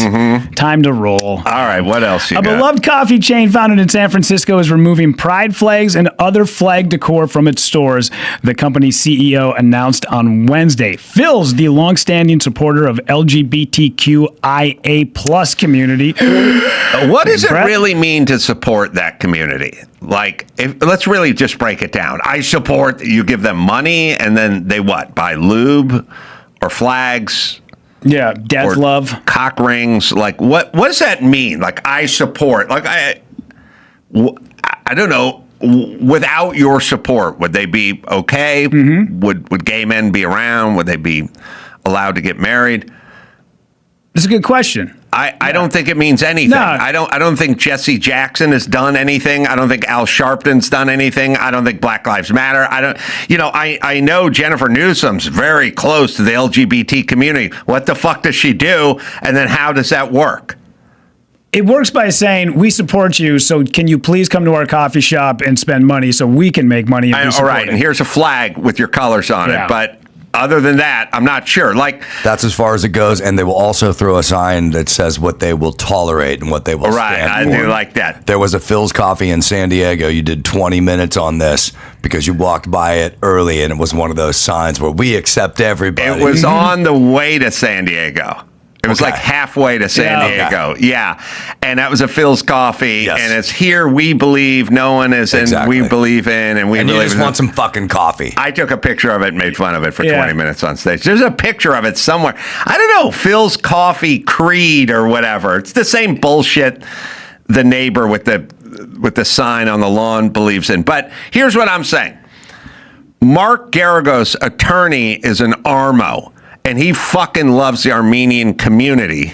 And he does like pro bono work. If some Armenian, and this isn't even hypothetical, some like 19-year-old Armenian kid, is doing 90 miles an hour on the freeway and hits somebody and kills them in their car and they're trying to give him vehicular manslaughter, he fucking defends that guy for free because he's into Armenians.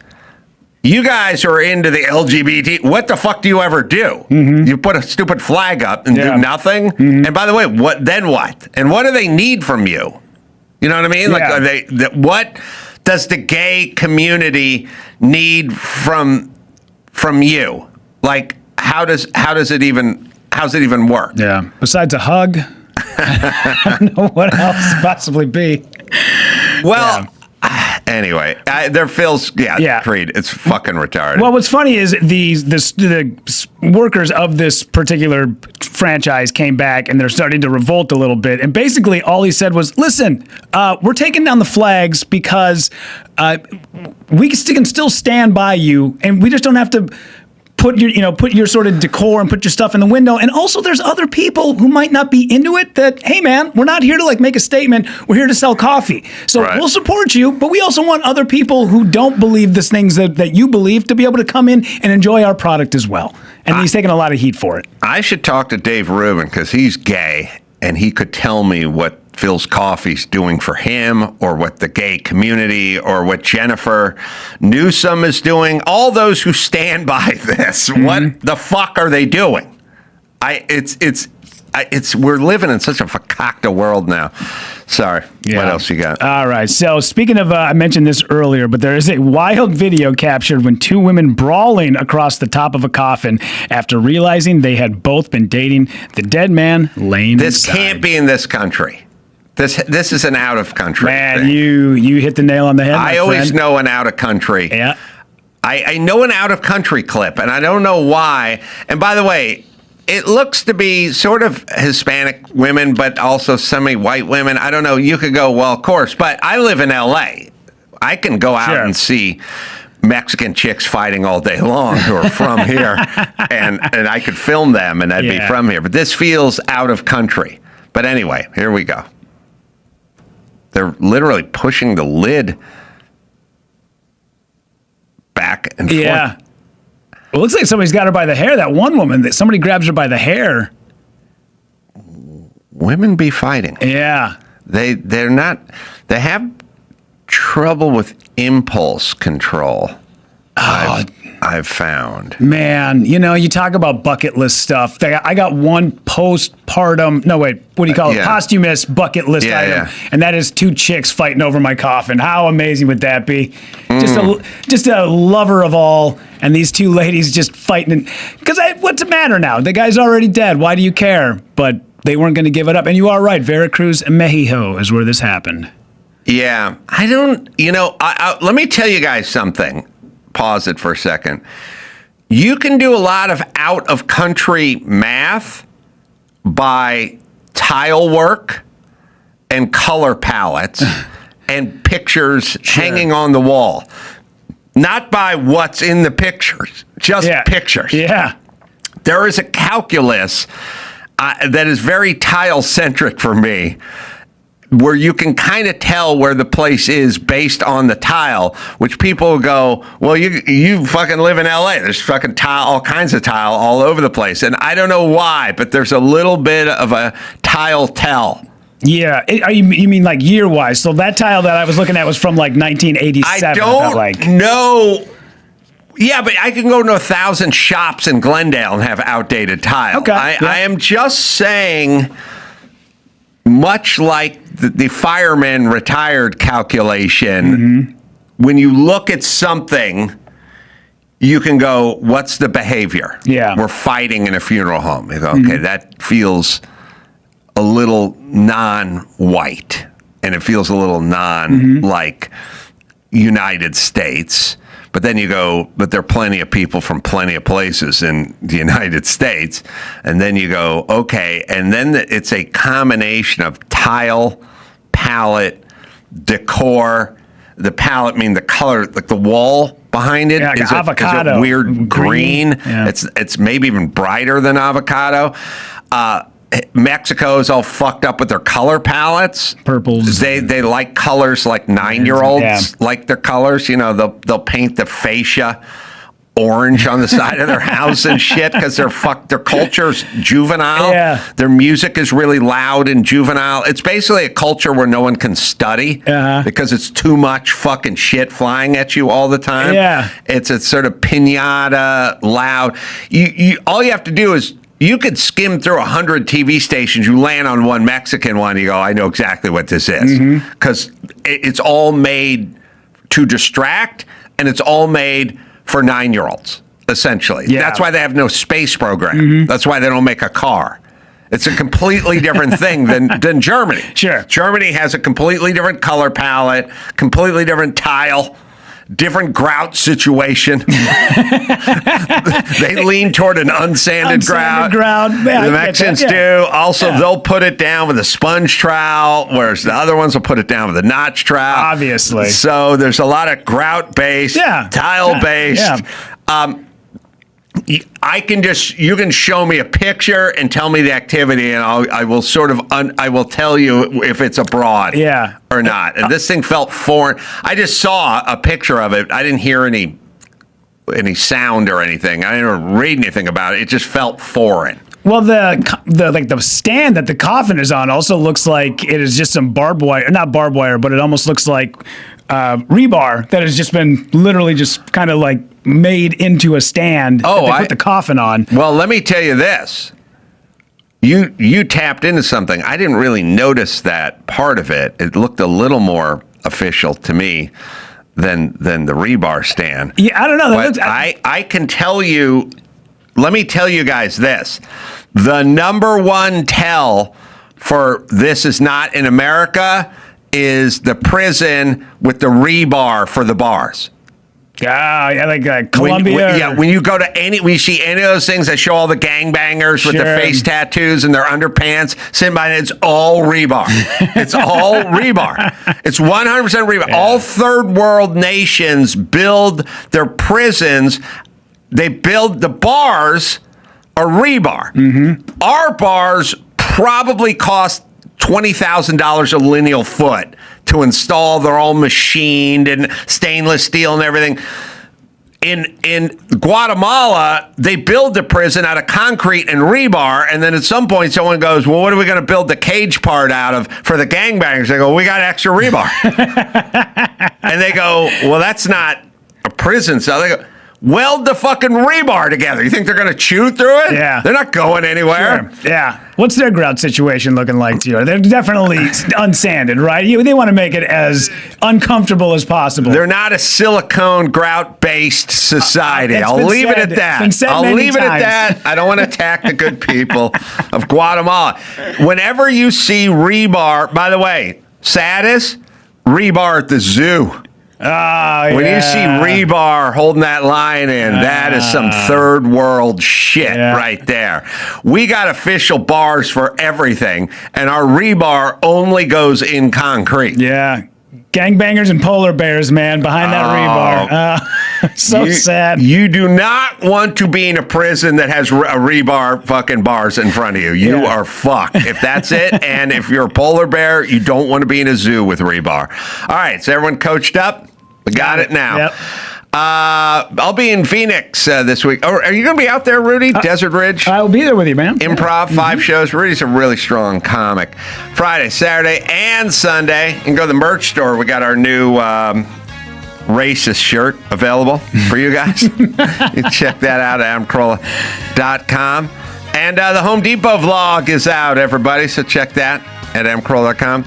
So, let's see. Rudy, give a plug. Yeah, I got a bunch of dates right now. I'll be in Chicago, I'll be in Arlington, Texas, and then I'm with you in Phoenix. So check out rudypovichcomedy.com. And Ed Elson and Rudy and Adam saying mahalo. Thanks for tuning into the Adam Carolla Show. You can watch the full show on YouTube. Just search Adam Carolla Show and hit subscribe so you never miss an episode. You can also get the podcast wherever you like to listen. And for extra content, ad-free episodes, and more, you can head over to our Substack and sign up today. Pluto TV has thousands of free movies and TV shows. We're coming at you with everything we got. This is the mindset. Free. This is the mantra. Free. This is the mindset. With movies like Pineapple Express, the entire Star Trek film franchise, and Gladiator, and TV shows like Survivor, SpongeBob SquarePants, The Fairly Odd Parents, and Ghosts, Pluto TV is always free. Huzzah! Pluto TV. Stream now, pay never. Luke Hemsworth, all the way. You're in Australia right now, right? I am. I'm in Australia. My backyard. It's 6 a.m. Trying to keep quiet because everyone's still asleep because they're super lazy. But it is funny. I know. I spent. We'll get to see the daylight break. The sun. We won't see the sun, but it'll get light back here, so which will be cool. I've spent a lot of my life tiptoeing around not to disturb lazy people when I was up to do work. I worked as a carpenter for a million years, and the hours are 7 a.m. You start at 7, you know? Yeah, I worked as a floor sander for years, sanding and polishing floors and installing timber floors. And yeah, I'm going to be lucky to leave at 7. That was a late day. We'd be leaving at 6 to drive an hour and a half to jobs and oh yeah, back at 6 and 7. The rule that my foreman had is you guys were rolled out. He would say rolled out, meaning your extension cords and hoses and stuff was all plugged in, and you were working at 7. So however long it took you to get there, you'd have to leave at 6 something from your house. So you're working a drum sander, a disc sander, you'd have like an edger, and then you'd have a big drum in the middle. Yep. And if you left it too long in one place, it would gouge the hardwood. Yeah. There's a real art to that, as there is to carpentry, right? Because you got to go through your paces. You got to be a learner. You got to stuff things up in order to learn the hard way. But I really enjoyed it. I really enjoyed going to a job that, kind of looked shitty or disheveled or was, in need of some love. And then a couple of days later, you have this beautiful finished timber grain floor. And it was almost like having a blank canvas and then, finishing the artwork. There's something really satisfying about that. Yeah, I know. I agree. And by the way, the movie is Beast. It is out in theaters. That'll be April 10th. It's got brother. It's got Luke in it, and Russell Crowe, and it's got the other brothers and brother Chris and Liam. We know all about them. But back to this. I feel like standing back and having a sense of accomplishment and seeing what you've done and seeing what your labor has created is really satisfying. And in our new digital world, people don't really experience that. They sit in a cubicle, they do data logging. There's no beginning, there's no middle, and there's no end. That part at the end, when you see what you've built or seen what you finished, it's really satisfying, and it's important to the human experience, and we're not really getting that anymore. Yeah, I think it's really important as an artist too. I think that's that artistic drive, is that it's quite often not even about the end product. The end product is sometimes vindicating, but sometimes it's not. Sometimes the most enjoyable part is actually, the doing of the thing. And that's a big part of acting for me, is that, why would you do it if you didn't love, being in the trenches and being at work and, sitting in your trailer and having to entertain yourself? That's all part of the rich tapestry. The good part, obviously, is being on set and being able to dig into a character, to do all that stuff. That's what you do for free. You get paid to wait around. But yeah, there's this idea that that you can get things easy now, right? Without much effort. Yeah. Things that are created by another brain on a computer or whatever. I don't see the attraction of it. It's never been something that has piqued any interest in me. I definitely would rather get the paintbrush out. Would rather be, on my hands and knees, so to speak, with the dust in my face. Yeah, I guess. I mean, it's that thing about, if anything's, things that are worth doing are hard, right? It's the dopamine that comes from stuff that's easy. Well, here's what I think. Here's what I think it is in a nutshell. Delayed gratification is really about the most important thing you can teach a young person, especially a young man. Delayed gratification. And you fight delayed gratification because as a human being, we want everything now. And, it used to be you'd order something through the mail and they'd say allow 6 to 8 weeks for delivery. And you just had to sit there and wait. Is this the day this thing shows up in the mail? And everything took a while. places were closed on Sunday. You had to wait. Everything was delayed gratification.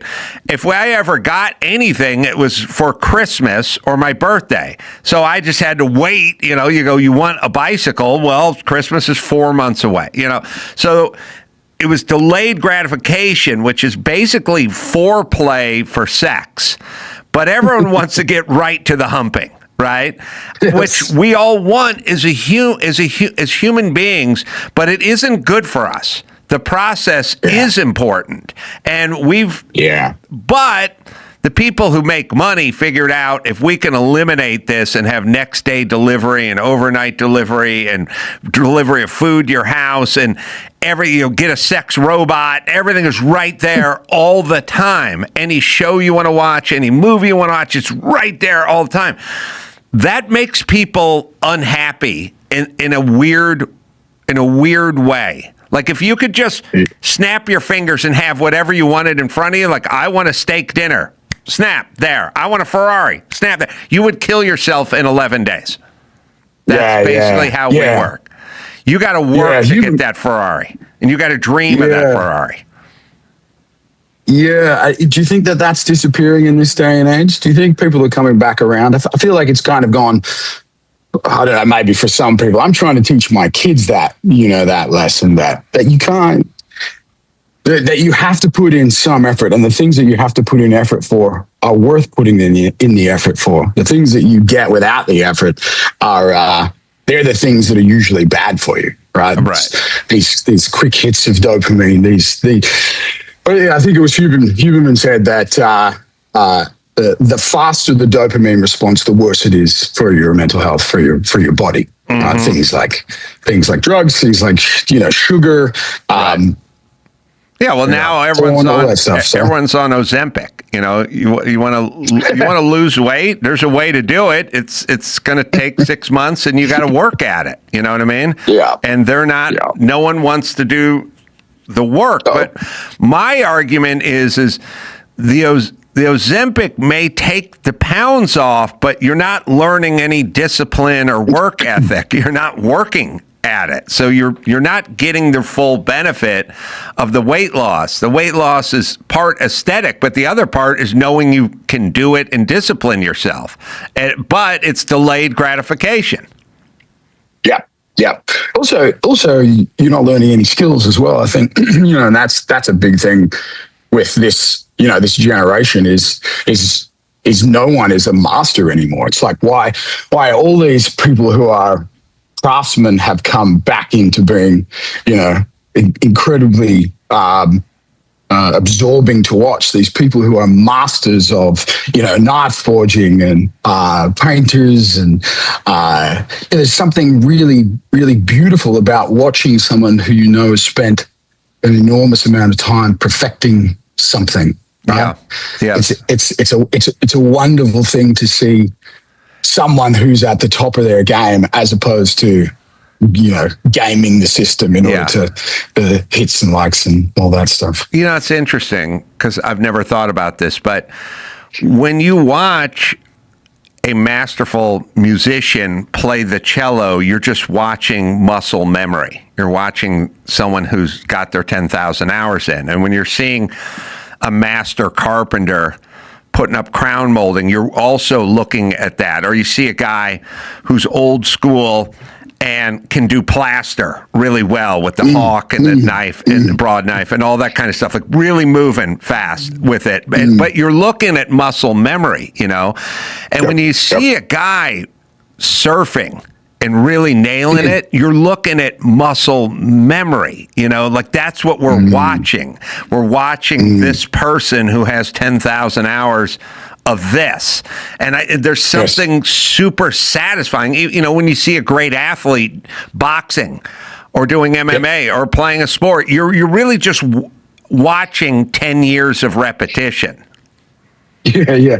Also, I think there's an appreciation of, like as you get older, or as you get better at a thing, you realize how hard it is to do that thing, and that's what the appreciation is for people who who are masters at this, who are athletes. If you've spent any time as an athlete, you know that it's years and years of failing and going backwards and hurting yourself in order to get to this place where you look like it's all muscle memory, or it is muscle memory, right? But these people are so finely tuned after failure after failure. It's very similar to acting. I think there's the athletic journey and the acting journey seems to be some great parallels. There's a lot of hard lessons that are learned along the way in order to make it look effortless, right? In order to make it look like you are saying this thing that you've said 50,000 times, like it's the first time you're saying it again, and to have those undercurrents of emotion and intention. Excuse me. What's the whole? Everyone in your family acts, right? There's three of you. You all act. I'm very interested in your family because they seem very super Australian to me. Like outdoors, surfing, nature, like moving, sweating, sort of funny but smart, kind of pushing themselves. Like a little element of danger and risk, involved. Is everyone? What do your parents do? Like, did they instill that? Yeah. My dad, for sure. We grew up in a part of Australia, the northern part of Australia. We were born in Victoria, which is down south, but we spent our early years in the middle of nowhere, the Australian sort of equivalent to a reservation kind of thing. So entirely an Aboriginal, Indigenous Australian area. So we were one of two white families in this community, and my mum and dad went up there originally to fix fences on my mum's sister's property, and then they ended up catching buffalo. They were bull catchers, which is a I don't know whether you've ever seen it, but it's like a Jeep with a cut off top. Mm-hmm. So it's an open air Jeep, and what they do is they'll round up. They'll muster this cattle, and then the ones that get away, they'll go, and rather than rope them with a horse and rope, they'll go and they'll hit them with the car very gently. They'll bash them, and they'll stun them, and then the car has this mechanical arm which gets the bull in a big headlock. Whoa! and then they just walk it into the pen. So they started doing that, and then ended up running this. This community store in this little community, which was the one-stop shop for mail and food and guns, and us two little white fellas, me and my brother Chris. Liam wasn't alive at that stage, but we went to this little school there. That was we started on School of the Radio, which is school of the air over the radio, getting taught by a teacher. Across the airwaves, and then eventually ended up at this little school. My mum and dad were both, very active people, very outdoorsy people. But they also had a big love of the arts, a big love, particularly of film. And what was interesting about that place was because it was so remote. This is very early '80s, so we're lucky to get 3 TV channels, especially out there. I don't know if there actually was any TV out there. I don't remember watching TV, but I remember watching videos of VHS, and back then, because the truck driver who would bring all of the supplies would bring a selection of VHS, and so it was kind of a big event, right? It was like you'd be starved for any sort of content, and him arriving every 2 weeks with this new treasure trove of VHS, and some of it was absolute rubbish, but there was some great things that were sort of, I think seminal to kickstarting that creative, fire or something, right? And then you mix that with having very little access to that, and all of a sudden, us as kids are just role playing. We're leaving at Saturday morning and coming home Sunday evening, basically, after or coming home to eat, basically, and then going back out and making all sorts of death traps. We had the Hemsworth death traps, they would call it, and kids would come to our house and hurt themselves. What? All right, I have a million questions. What was it like? I mean, you guys are not only white, but you're extra white. Like I'm white, but I'm Italian looking. I might be able to pass myself off as something. But you guys in an Aboriginal environment really stood out. And then how was that? How were you guys treated?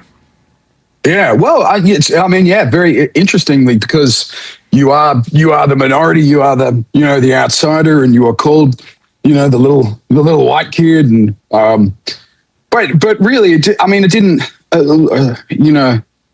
I think in hindsight, it was very normal. I had my friends, and occasionally you'd have an altercation, which would turn into them calling you the white bastard or whatever it is. But it was just never a big part of being a kid up there. It was just we would run around with anyone who wanted to run around with us. That was sort of the big part of it. But yeah, we were very, very, very white, blonde, blue eyes, surrounded by little black fellas. And your parents with the buffalo, it was a buffalo that would get stray, would come up, I'm picturing the Jeep, it would come up and hit it, with the car. So they'd hit it. It's the bull bar. They got a big, thick bull bar on the front. Oh, it's a bull bar. They chase these things and give it a donk, and it would roll. And then sometimes if they were brave enough, the guys would actually jump out of the Jeep and pin the thing and get the leather around the feet before it could stand up. Right. That was another way they did it. But very, very dangerous. That's a rowdy job. And then they'd put the clamp around its neck and sort of walk it back to the pen or the herd or whatever. Yeah. Just put it back into the pen where it would get trucked off to become, dog food or meat or wherever it was going. But eventually they had the store, and it was like eventually that.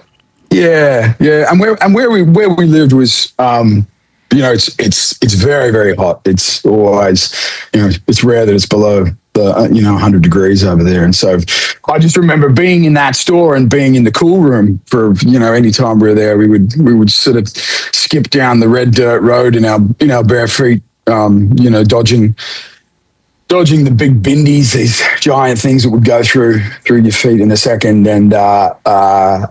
and then sipping on, creamy soda or whatever it is in the cool room to escape the heat. Take your homework in there. But, it's pretty. They had a refrigerated room for cheese or meat or whatever sitting there. Exactly. Yeah. Oh, did your house didn't have air conditioning though? Did it? I don't think it did. I think it was all fans in those days. Yeah. I remember. Yeah. Tough. And house is kind of a loose term. It was more like 4 posts, a roof, and some tarpaulin, some blue tarp there. Really? Yeah. Dingoes going past, snakes everywhere. It was a pretty wild place. Very, very. When you go back there, it's like going back in time. You really feel the age of the land. But it's that rugged, stunning beauty that is rare for sure. You said dingo, and it sparked something. I was thinking about a million years ago when I was working in radio. I was working with Jimmy Kimmel, and we weren't famous or anything. We're pretty low on the totem pole, but we were doing bits for morning radio, and I brought in a bit called Dingo Boy, where I was the premise is I was a young guy who lived basically where you lived as a baby, and my parents were killed by an evil guy, and I was raised by dingoes. And at some point, I broke off from the dingo herd to go find the killer of my parents. And it was the adventures of Dingo Boy as he traveled through Australia, always one step behind the people that killed his parents. It's beautiful. But in the song, which I will play for you, that we created in 1994 with Jimmy Kimmel orchestrating and singing and me singing the song, it will tell the story of Dingo Boy in the song. So here it is. Incredible.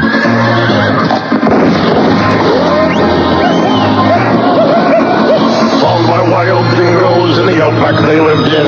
His parents had been murdered, now dingoes are his kin. Dingoes taught him hunting, and dingoes taught him pride. Dingoes made his diapers out of gopher hide. Run, run, Dingo Boy. Run, run, Dingo Boy. Dingo Boy. Oh, run, run, Dingo Boy. All right. That was the beginning. As a matter of fact, it was short. That was shortened for radio. The real song was found by wild dingoes in the outback he lived in. His parents had been murdered. Now dingoes are his kin. Dingoes taught him hunting, and dingoes taught him pride, and dingoes made him diapers out of gopher hide. Gopher hide. He grew into adulthood. His memory drifted back. His human nature told him it's time to leave the pack. He searches every city, Queenstown, Melbourne, and Perth, to find his parents' killer and put them in the earth. So the extended one had the whole story, and he just wandered around Australia looking for people who killed his parents. I love it. I'm going to pull you up, though. There's a couple of things that don't make sense there. One, we don't have gophers. No gophers, damn it. And two, Queenstown's in New Zealand. It's not in Australia. See, we didn't have Google back then. We were just trying to remember stuff. Britannica. Yeah. Where is Australia? Huh? Queenstown is in, oh man, when I tell Jimmy, he's going to be devastated. I guess to us, living in the United States. So living in the United States, you don't know much about the rest of the world, but living in California, you know almost nothing about the rest of the world. And then living in Hollywood, you don't care about any other place. You know, Cleveland, Ohio, who gives a shit? Like, you don't know anything. It's all, you guys come here and ask us questions about us, you know? Yeah, the question I used to get all the time: Do you really ride kangaroos to school? Right. So you moved out of this place that was a fun adventure place to grow up in. I want to hear about the death traps, though, the Hemsworth death traps. Oh yeah. Okay, so we actually moved from that place back to Melbourne, back to an outer suburb of Melbourne, which was kind of at the 3/4 mark of this, the kind of mountain. And we were, again, quite remote, surrounded by, giant gum trees, massive gum trees. And so everything was made out of rope, and we did a zip line. And the zip line consisted of, tying it around that tree, and then tying that around that tree, and then a giant knot at the end. Right. So no gradual just stop. Right. And the Hemsworths, Chris and I could handle it quite easily, and we would always be saying, make sure you grab onto that thing, don't fucking let go. But invariably every kid would end up splattered around that tree. One kid broke a rib. And then we had one of the greatest rope swings ever that we shot up over this big bough that was sort of bending. And it must have been a good, I don't know, it was about probably 100 feet in the air. It was enormous. We shot it up with a bow and arrow and then pulled the rope up and tied the line. And we would swing out around this sort of embankment over this kind of cliff almost. And this one kid just went and slipped and fell from the very top of the swing. And he landed kind of like that. Hands broke. both his arms. Both arms if the Hemsworth out. Both arms. yeah. So yeah, Mum, that was an interesting call, I think, to the parents from the hospital room. Come get your son who's broken both his arms at our place. There was that, and then there was various throwing knives, ninja stars, pellet guns. Sure. I used to make Chris put a motorcycle helmet on and gloves, and I would have the pellet gun, and I would say, you better start running because the closer you are, the more it's going to hurt. Yeah. And so he would run off and pink and plink him as he was running, and he would do a big platoon death. Whoa.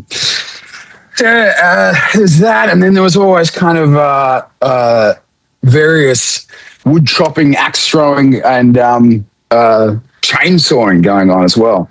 But no one ever lost a limb doing that, which was pretty interesting. I think most of that stuff was supervised by my dad.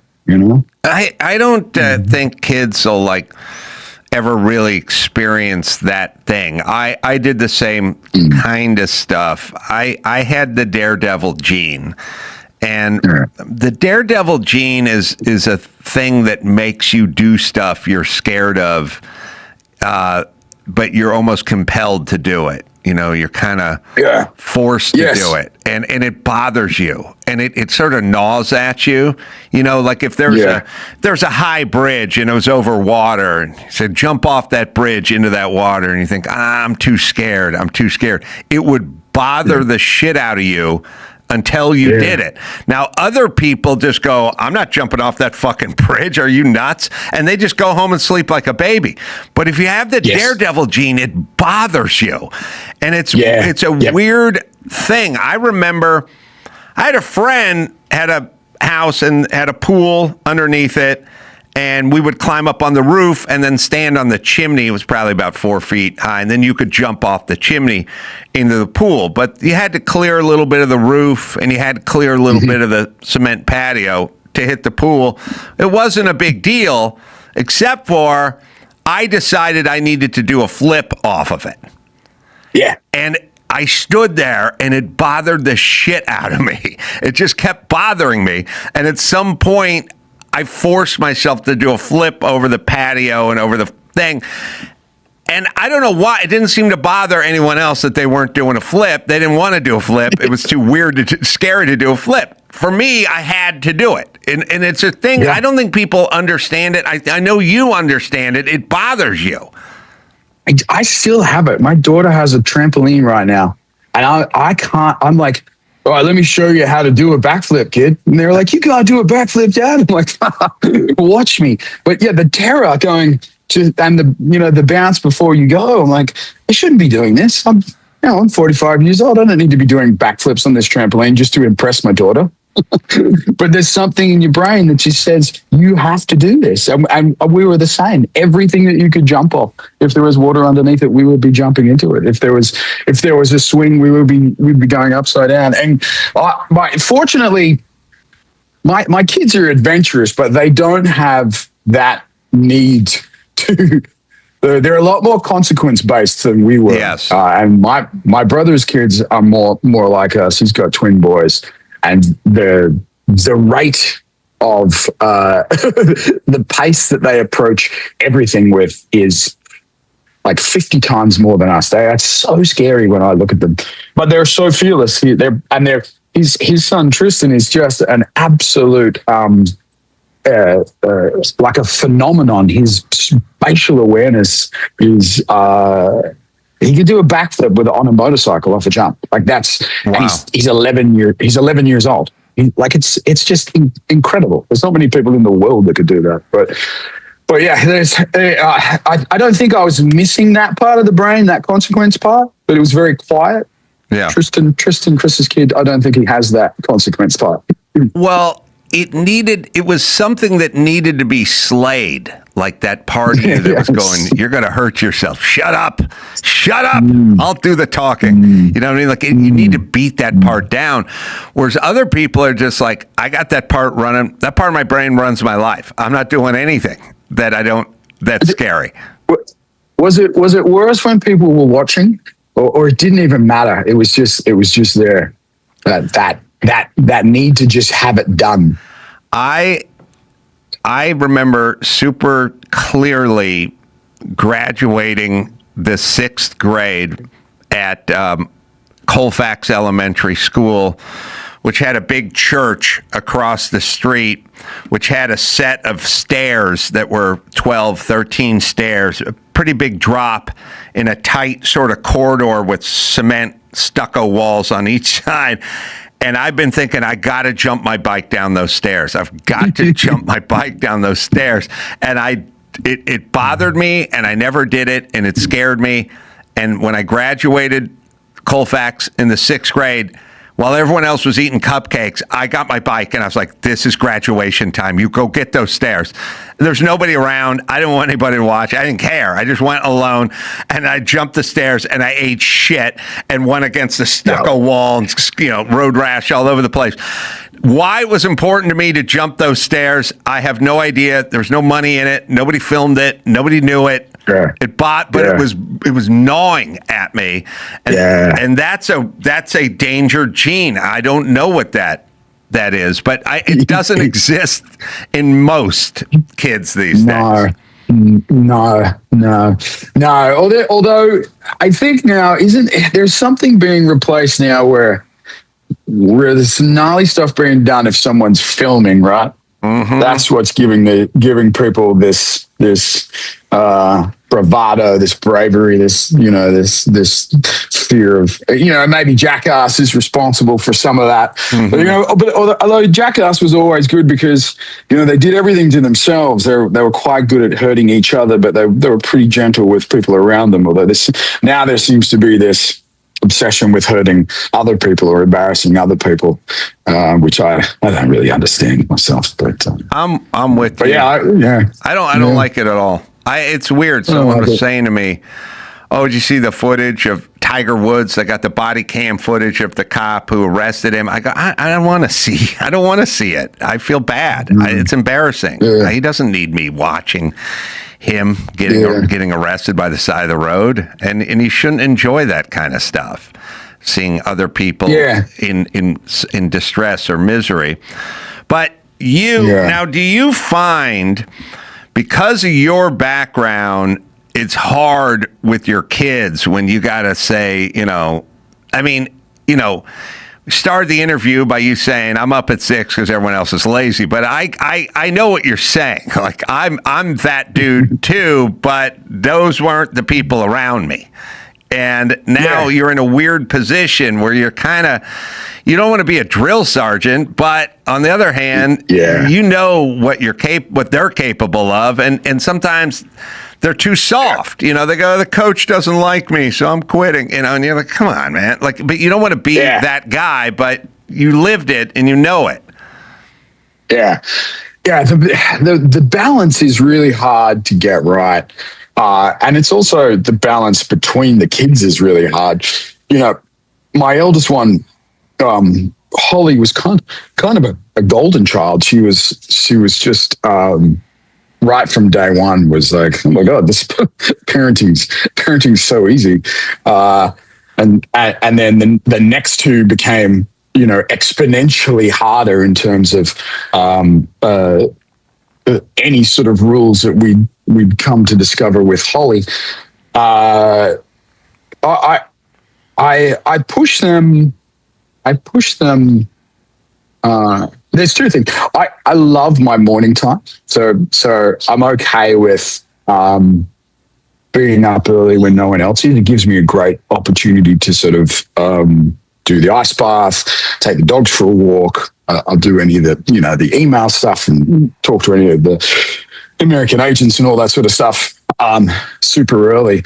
But lately I'm really at them to either come for a walk with me or do some kind of exercise in the morning to get their bodies going, to get their. Because when you get that body going in the morning, that's what I think really helps your mental health. And my girls are, they're teenagers, and so it's a gnarly part of being a teenager right now is mental health. Yeah. And so I know the answer, right? But they just don't want to hear it from dad. And so I have to be very, very gentle about the way I go about it. Otherwise they just go, nope, fuck off. Running a business. Oh, I used to dread the payroll and the HR stuff. Switching to Gusto felt like cleaning out a junk drawer that's been bugging me for months. Payroll, HR benefits, all the admin chaos, finally organized in one place. Gusto is online payroll and benefits software built for small businesses. It's an all-in-one, remote-friendly, and incredibly easy to use, so you can pay, hire, onboard, and support your team from anywhere. Unlimited payroll runs for one monthly price. No hidden fees, no surprises. Save time with built-in automated tools. Offer letters, onboarding docs, direct deposits, and more. Am I right, Dawson? Try Gusto today at gusto.com/Adam and get 3 months free when you run your first payroll. That's 3 months of free payroll at gusto.com/Adam. One more time, gusto.com/Adam. Home Chef. Well, after the holiday chaos, the last thing I want to do is overthink dinner. Home Chef has been great for that. Fresh food shows up pre-portioned, and the recipes are simple enough that even I don't screw them up. Home Chef makes cooking simple. Fresh food delivered, easy recipes to follow, and meals that actually taste great. I've had everything from easy sheet pan dinners to heavier cold weather stuff, and it all feels like real food. Not a science project. Good, real, honest food. It's Home Chef. Am I right, Dawson? For a limited time, Home Chef is offering our listeners 50% off and free shipping for your first box, plus free dessert for life. Go to homechef.com/ACS or Adam. That's homechef.com/ACS or Adam for 50% off your first box and free dessert for life. Homechef.com/ACS or Adam. Must be an active subscriber to receive free dessert. I have a cold plunge tub as well. And, you know, it's kind of interesting. I do it just because I don't want to do it. I don't really care about the benefits. I just do it because I don't want to do it, so I do make myself do it. You're awake when you get out of the tub. I will tell you that right now. Yes. But I did try to, you know, where I lived during the winter, the pool would get really cold, and I'd just do the whole. I'd do the pool, but I was trying to get my son in there, but he didn't want to do it because it didn't feel good and it sucked. And I was like, yeah, that's why I need to do it. But it's a tough sell because you're telling a kid who's used to doing what they want to do, here's this thing that's miserably uncomfortable. Now come do it for free. Yeah. And that's a throwback to what we were saying before, right? That doing these things that are hard are actually, they're good for you. They're good for your brain. They're good for your self-esteem. That, you know, freedom, it's discipline is freedom. I was the same as you. Where we grew up, once we moved back from the Northern Territory where it was hot, where we lived was really, really cold. And we had a pool cover over the pool for most of winter because it was just too cold to use. But we would swim under the pool cover. We would go in and do the ice bath under the pool cover, pretend it was ice and fight each other under there. And it must have been 10, 12 degrees Celsius, which is not much warmer than a regular plunge. And I think that the mental toughness, that's what comes from the plunge. It's not necessarily. I don't do it for any, you know, anti-inflammatory or anything like that. It's literally about doing something that I don't want to do, and then I think there's a big mood shift. That's what I notice. I get happier. I get more motivated to go and do other things. That's what I feel like. Right? Yeah, and it's yes. What it is you did the right thing. And there's always a moment where in life you're staring at a donut and you're staring at a hard-boiled egg and it's breakfast time. And you stare at it and you go, man, I'd like that donut. Another part of you goes, no, have the hard-boiled egg, don't have the donut. Then you go, but I want the donut. If you eat the donut, you realize you were weak and you made the wrong decision. And as soon as the last bite goes down, you go, I wish I didn't eat that donut. Yeah. And then you kind of walk around going, I'm a little weak and I just didn't make the right decision. The thing about the cold plunge is it's really 3 minutes, maybe more. I don't know if you do more, but you'll die after 5 minutes, right?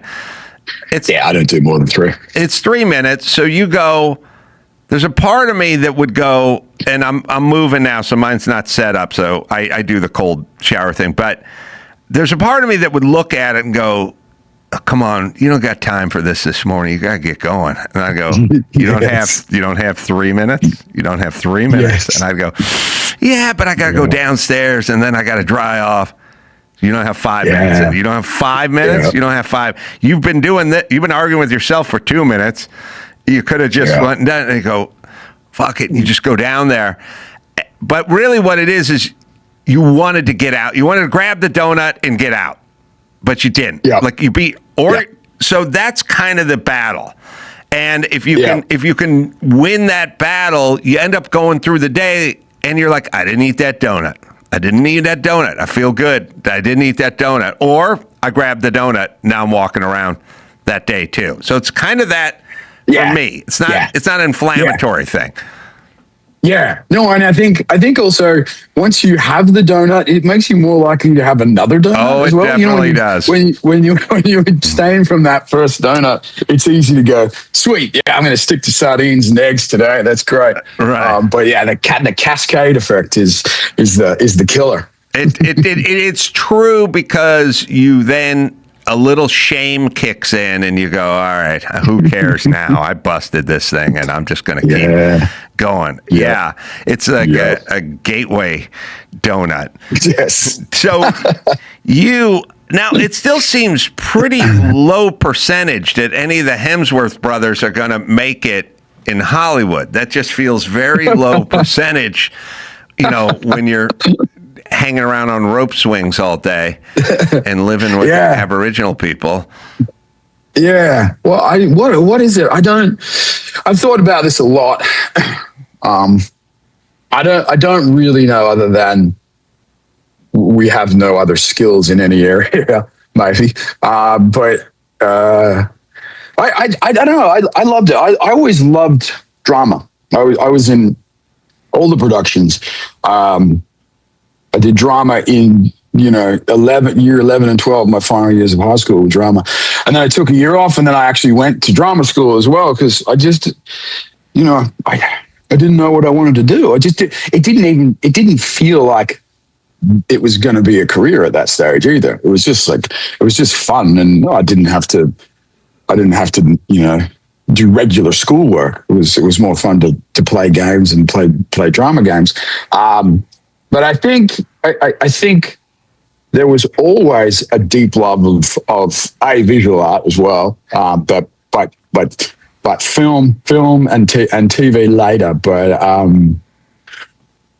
why we all went down that road is another question. Chris was a lot more single-minded in his approach. He was always in high school that, I don't want to do homework because I'm going to go to Hollywood, and we would all laugh and say, of course you are, idiot.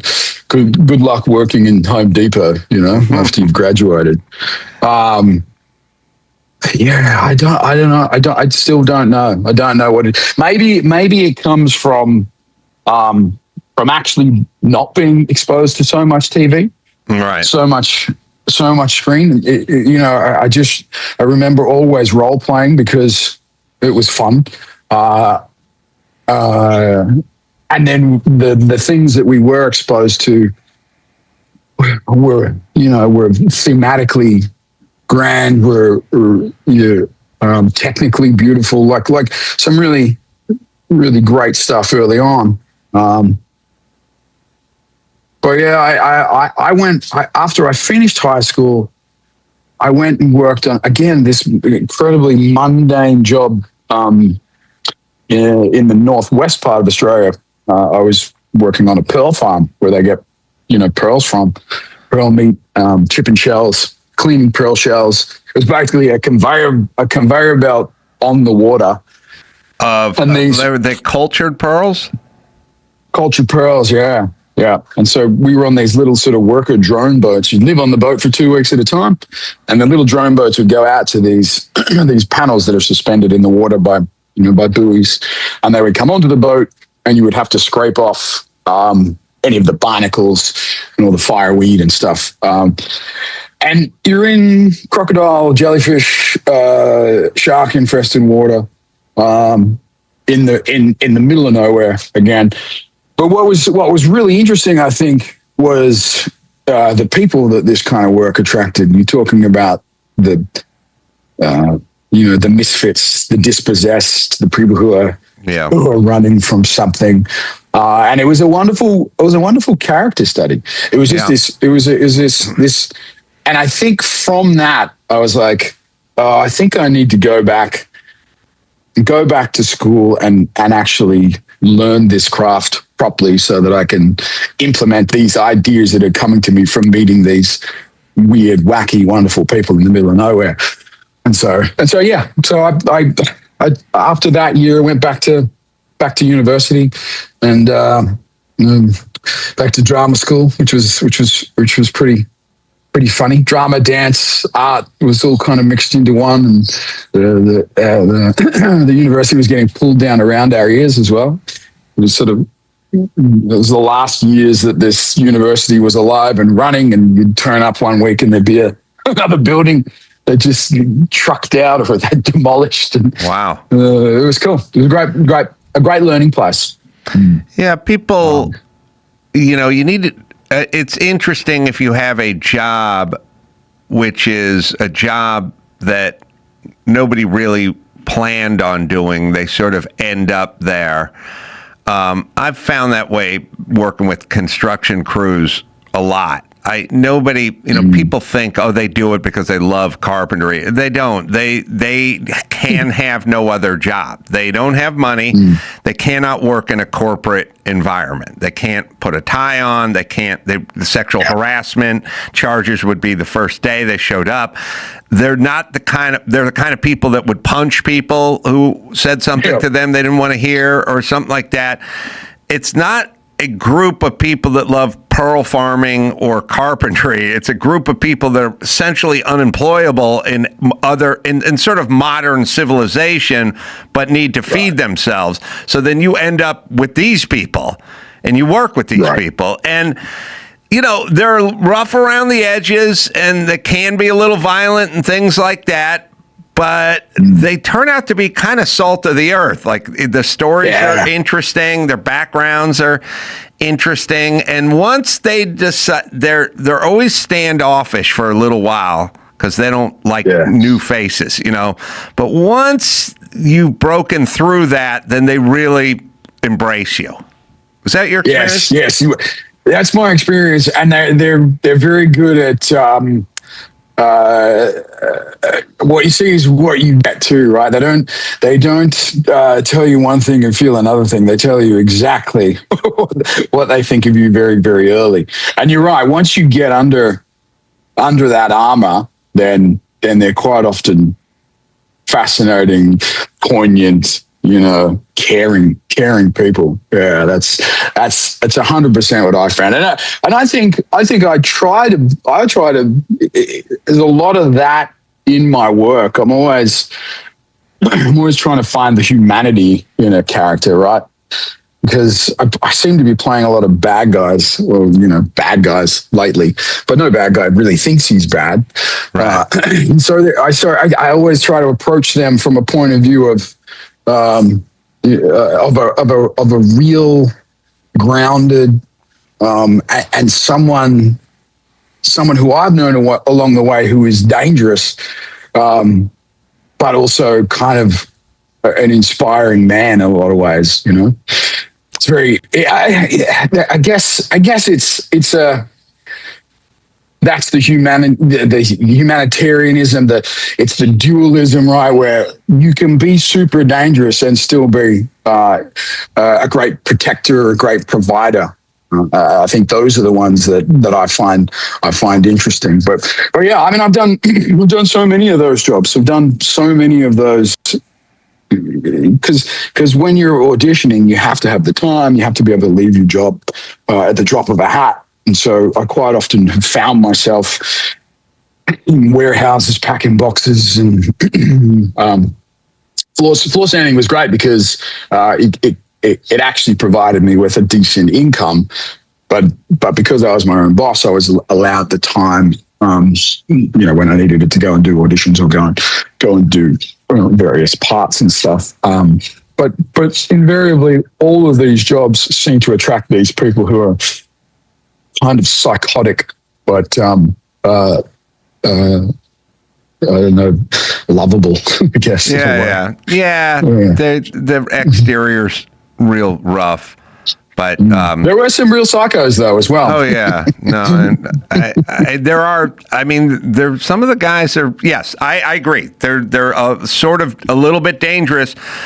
But you also had to learn how to navigate with those guys. Like you had to know you don't fuck with Russ. Russ will hit you with a hammer. Like you had to kind of. It was a good little lesson for a young man to kind of know who you could fuck around with, who you could joke around with, who wouldn't understand it, some guys might get violent, like you had to work. It was a little, I guess, like being in prison or something. You had to kind of figure out who not to fuck with, Yeah, but the rules are easier to understand, don't you think, than the rules in Hollywood? They wore it on their, I mean, they were up front with you knew who they were, like up front. They would basically, like you said, they would tell you who they were. And Hollywood is, everything's a facade and everything is great and then they say what they think of you when you leave the room. It's based on a lie. It has to.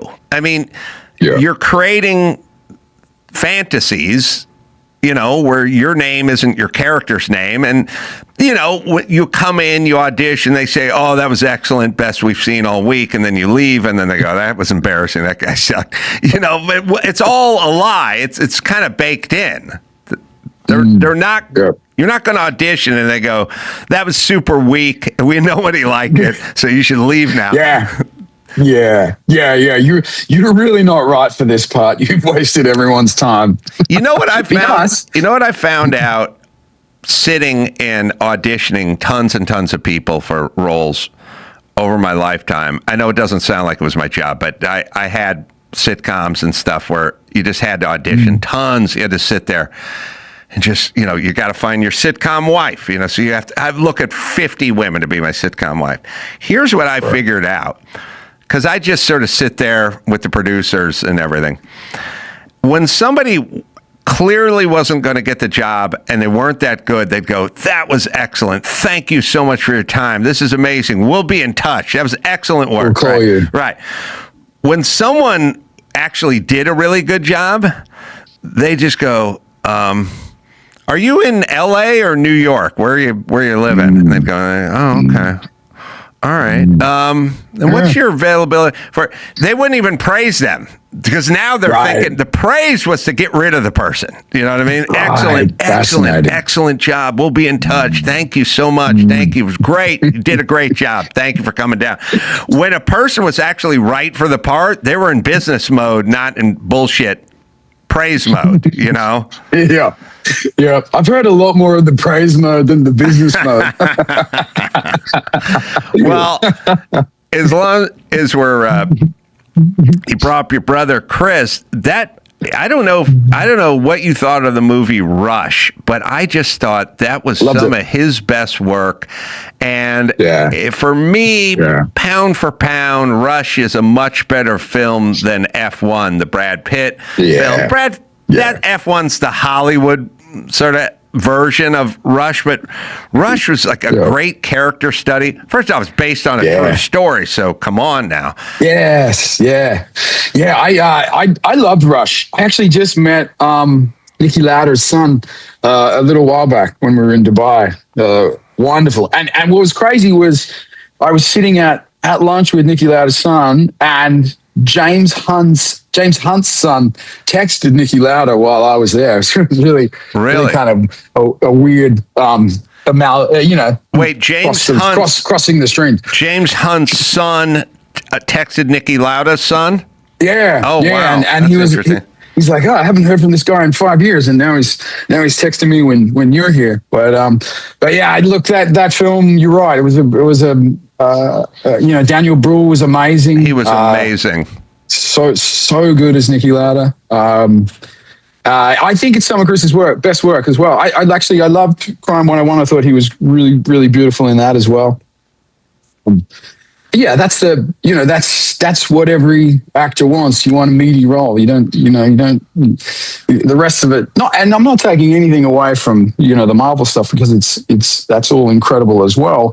But it's kind of like fast food, right? It's like we'll go and do that, and it'll taste good for a while. And I think everyone who has those jobs wants to do the Rush jobs, and everyone who's doing the Rush jobs wants to do the Marvel jobs, because you can make the bank. Well, it's like all the comedians want to be rock stars, and rock stars want to be comedians, and that's just kind of that's kind of the human wiring. It's fun, by the way, to see the sun come up behind you. Yeah, right. That's weird, eh? It is. Oh yeah, I forgot.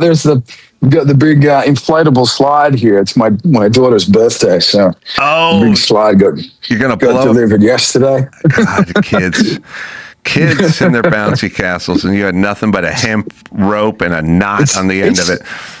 It's the best. It's the best, most economic use of the kids' time, though. These guys drop it off at yesterday, Thursday, and they'll come pick it up Monday, and it's a couple $100. It's a beautiful way for them to spend a weekend. Do you? I know you guys are all the Hemsworths are. They're into the physicality, and I'm guessing diet is involved with that. Do you have to? Now, you eat right, I'm guessing, but kids don't want to eat right, So then how do you work that out at the house? Because that can be a challenge. Yeah. My kids are pretty good. They're pretty adventurous eaters, and they're pretty, they eat what we eat. And so the dinner time is always very important for us. We very early set down that this is what we want to do. We want to eat dinner together. We want to have, screens and phones. We will sit across from each other and we'll talk, and it's still to this day. It's that place where we will bring up problems, we'll sort out problems, and we're still getting to know each other and figuring the vagaries out. But it's always done over meals that we cook as well. It's very rare that we'll order takeout, because it's just not very. Although with Uber Eats, I seem to be noticing a lot more Guzman and Gomez arriving at the house. Yes. but yeah, it's classically it's some sort of protein, and my wife is a wonderful cook as well. So I'll do the protein, she'll do the salads, and that's the way we sort of, we bring our meals together.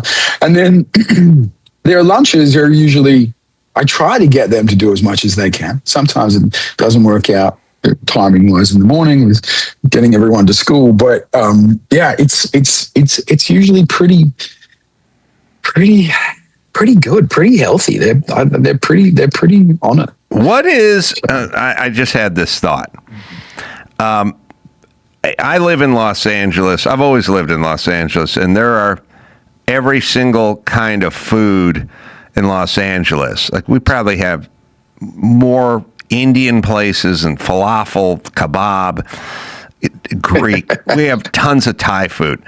Australia is a big place, and there is no such thing as an Australian restaurant in Los Angeles. No. I've never. No. As a matter of fact, there's Chinese, Japanese. There is Ethiopian restaurants in Los Angeles. I have traveled this country. I've eaten at every restaurant, Polish, German, Hungarian. Only place I've never seen, and I'm trying to. Obviously, LA, tons of Mexican restaurants. I've never seen Canadian food restaurant, and I've never seen Australia. Australia has to be the biggest place with zero representation of restaurants. There's the Aussie Pie Company. That's probably the closest thing to an Australian, restaurant. And we have the meat pie. It's a very specific to us. It's a pastry pie. You have to be able to eat it with one hand while you're driving. That's the closest thing I think to classic Australian culinary experience. But because we're like the States, we're an amalgamation of everyone around us, but we're a lot younger as a country. Same in this town. We have Indian, Thai, where there's no Ethiopian, but there's basically everything else you can think of. And in fact, Melbourne has, I think, the biggest Greek population outside of Greece. Really? Huge Vietnamese population. So you it's all of our culinary experience is an amalgamation of all of that, right? Do you do Vegemite?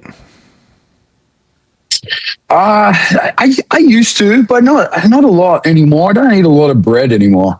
I don't know why, but occasionally there's a bit of sourdough toast around. But bread's not a staple in my current trajectory. Vegemite is tough, man. I worked with a guy named Frazier who is from. Well, I think he was from New Zealand, actually, where Queenstown is. But they must do a lot of Vegemite in New Zealand, right? They do. Yeah, they have another thing called I think it's Marmite. It's kind of like a sweeter version, or Promite or something. I went to his VW camper van during lunch when we were working construction in LA, and he made me like some Vegemite. And you gotta start early with Vegemite. You gotta start when you're young. You got to start sparingly as well. It's kind of like salt, right? It's just basically liquefied brown salt or jellified brown salt. But if it's really good, if you do, it's got to be made right. You got to have the toast with heaps of butter, and then you got to have the Vegemite just sparingly. It's not like you don't put it on like peanut butter or jelly. Like it is like scraped over just like a condiment, like a little bit of like a off the tip of the elbow. Is everybody in Australia? Your brothers, families, everyone full time Australia? We're all here. In fact, Liam's living right next door to me right now. He's renovating his house, and so he's renting the house literally right there. So I tend to yell out to him he yells out to me. I've been using the blower a bit, and he's like, "Hey, you got a lot of problems, that guy. Stop using the blower. You can't get rid of your problems by using the blower." But mum and dad are here. Mum and dad live 8 minutes away. Chris is 7 minutes away, and then Chris's little his PA is Luke Zocchi, and he's just around the corner. And it was great. It's great. It's like there's one pub in the middle of us, and that's where we get all our meetings done. Wow, it really sounds like heaven. Is Australia? How is Australia for taxes? Terrible. Oh, it's terrible. Absolutely horrendous. Yeah, it's kind of very similar to California. They will get you every which way they can, and then some more just at the end. Yeah. I'd never really heard, but I assume the movie, by the way, Beast. I will tell everyone. I'll tell you what. Just go look at the trailer. And if you're not impressed, then you don't need to see it in theaters April 10th. But when you see that trailer, I think you're going to want to go see that movie. Luke, this was fun. It was fun watching the sun rise behind you. Yeah, that's a cool effect. It's not real. Have fun in the bouncy slide. Yeah, thank you. And absolute pleasure, Mike. Well, I hope to talk to you soon. Yeah, I really appreciate it. Thank you so much. Thanks. Luke Hemsworth, everybody. We'll take a quick break. We'll be back with news right after this. Joy mode. Endurance athletes don't talk much about this, but heavy training can quietly wreck sexual performance. Long cardio, high cortisol, poor sleep, under recovery, all hit the system that controls blood flow and hormones.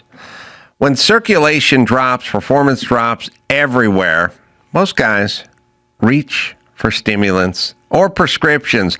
That's a blunt downstream fix. Joy mode was created because Big Pharma was pushing too many men to prescriptions they didn't need, and most guys didn't know there was a natural solution. 83% of men taking Joy mode daily noticed a boost in sexual performance. 73% of men using it noticed positive effects with no prior ED symptoms.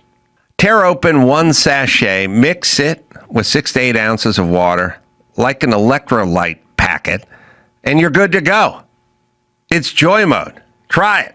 Am I right, Dawson? If you want to support sexual performance the same way you support training and recovery, naturally and intelligently, Joy Mode has a deal for our listeners. Go to tryjoymode.com/Adam or enter Adam at checkout for 20% off. Joy Mode, the electrolyte packet for your dick. O'Reilly, they're in the business of keeping your car on the road. There are not many car issues I can't figure out, but if I'm stumped, I'll call O'Reilly immediately. They've got thousands of parts in stock, either in store or online, so you never have to worry if you're in a jam. You got O'Reilly. They also will test your battery for free, and if it needs to be replaced, they'll help you find the right one, because there's a lot of different sizes. Whether you're a car aficionado or an auto novice, you'll see the employees at O'Reilly Auto Parts are helpful and friendly, and they know their stuff. O'Reilly is your one-stop shop for all things auto do-it-yourself. It's O'Reilly, right, Dawson? Stop by O'Reilly Auto Parts today or visit us at O'ReillyAuto.com/Adam. That's O'ReillyAuto.com/Adam. It's time to check Adam's voicemail. Ace Man, Tom from Chicago here. I think our wonderful mayor may actually be a listener of your podcast. After the 4th straight week of street takeovers by the kids here in Chicago, our mayor actually said, I'm asking the parents of the youth of this city to make sure their kids no longer participate in these actions. Maybe there's hope. Get it on. You can leave us a message at 888-634-1744. Yeah, I mean, you can keep hiring cops and school teachers and counselors, or parents could act like parents, and then we wouldn't need all the cops and the counselors and all that. They could actually do their job. Like, just parents, raise your goddamn kids. How about that? Because it's an insane thing where they go years back, and in Chicago, and Andrew can even find the story. I, by the way, was in Chicago about 5 years ago, and a street takeover took place right there on Lake Shore, wherever it is, the highfalutin nice part, sitting outdoors, eating a nice expensive dinner and everything. And I've been to Chicago when it was nice, and a whole group of ATVs and dirt bikes and everything just came rumbling down the main drag in Chicago, Restaurant Row. I think it's Lake Shore or Lakefront or whatever. But the point is I remember sitting there going, oh, Chicago's lost it. Because what that means, that doesn't mean you have a problem with mini bikes. It means you have a problem with order. Yes. You have been taken over. When that can occur, and there's these teens out there just doing that and running rampant. What it means is they're not scared of the cops. Yep. So they can do it with impunity. So they think it's a good idea on a Friday night at 8 o'clock just to go rumbling down. Now, they're not being chased by cops. They're not looking over their shoulders. They're sitting in the middle of the intersection throwing rabs and doing donuts because they know they have a DA and a mayor and a city council to protect them. They aren't going to do anything. So they're not going to do anything. So they're just going to take over the street. And then you get lawlessness and then you get people killed. There was a story out of Chicago, I believe, and it's probably about 6-7 years old now. It was a cop shooting, and they shot some 13-year-old kid, I believe, who was brandish a gun. But the story was, it was like on a Wednesday at 3 a.m. Wow. And it's like, what the fuck is this kid was a 13-year-old kid doing out at 3 a.m.? Forget about where to get a gun. It's like, what the hell? Where's the parents? I'm the millennial that remembers it's 10 p.m. Do you know where your children are? Yeah. And I remember at like 10 years old thinking, why should the television be asking a parent that? Like, a parent should know at 9 p.m. and 8 p.m. and 6 p.m. and all the other times where their kids are. I am old enough to remember.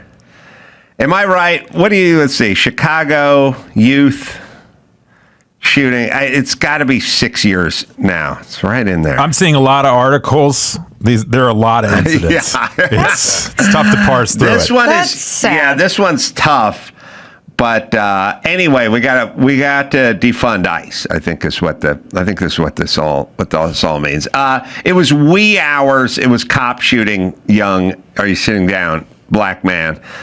But the part was the guy was like 13. He was shot in an alley. And yes, where the parents. I am old enough to remember. And then Al Sharpton went out there and blamed the cops. Oh, that's how it works. And then the cops back down. And then money doing that. You get the Ferguson effect, and then you get more black kids dead. Thank you, Al Sharpton. Nice job. But that is his business. Isn't it crazy? My 8-year-old makes her own eggs. Like, she makes her own eggs and toast and stuff. Your 8-year-old does. And my 12-year-old makes ice cream and bakes all the time. And the 8-year-old told me the other day about a girl in her class whose mommy doesn't let her use the stove unless, like, the mommy is standing right there with her. Too dangerous. And I'm like, but doesn't that girl's mommy also let her play Roblox with strangers and have access to the World Wide Web? Oh, God. Like, it's so weird that we're going to... Speaking of food, you can give your kids an eating disorder. You're going to get, like, hate for saying the obvious of maybe if these children were in loving two-parent homes and there was like accountability for their actions, and it would better like the community. And then but I see it like it in all communities of parents just kind of being lazy and giving up or being irrationally fearful about things that their children should be learning to do.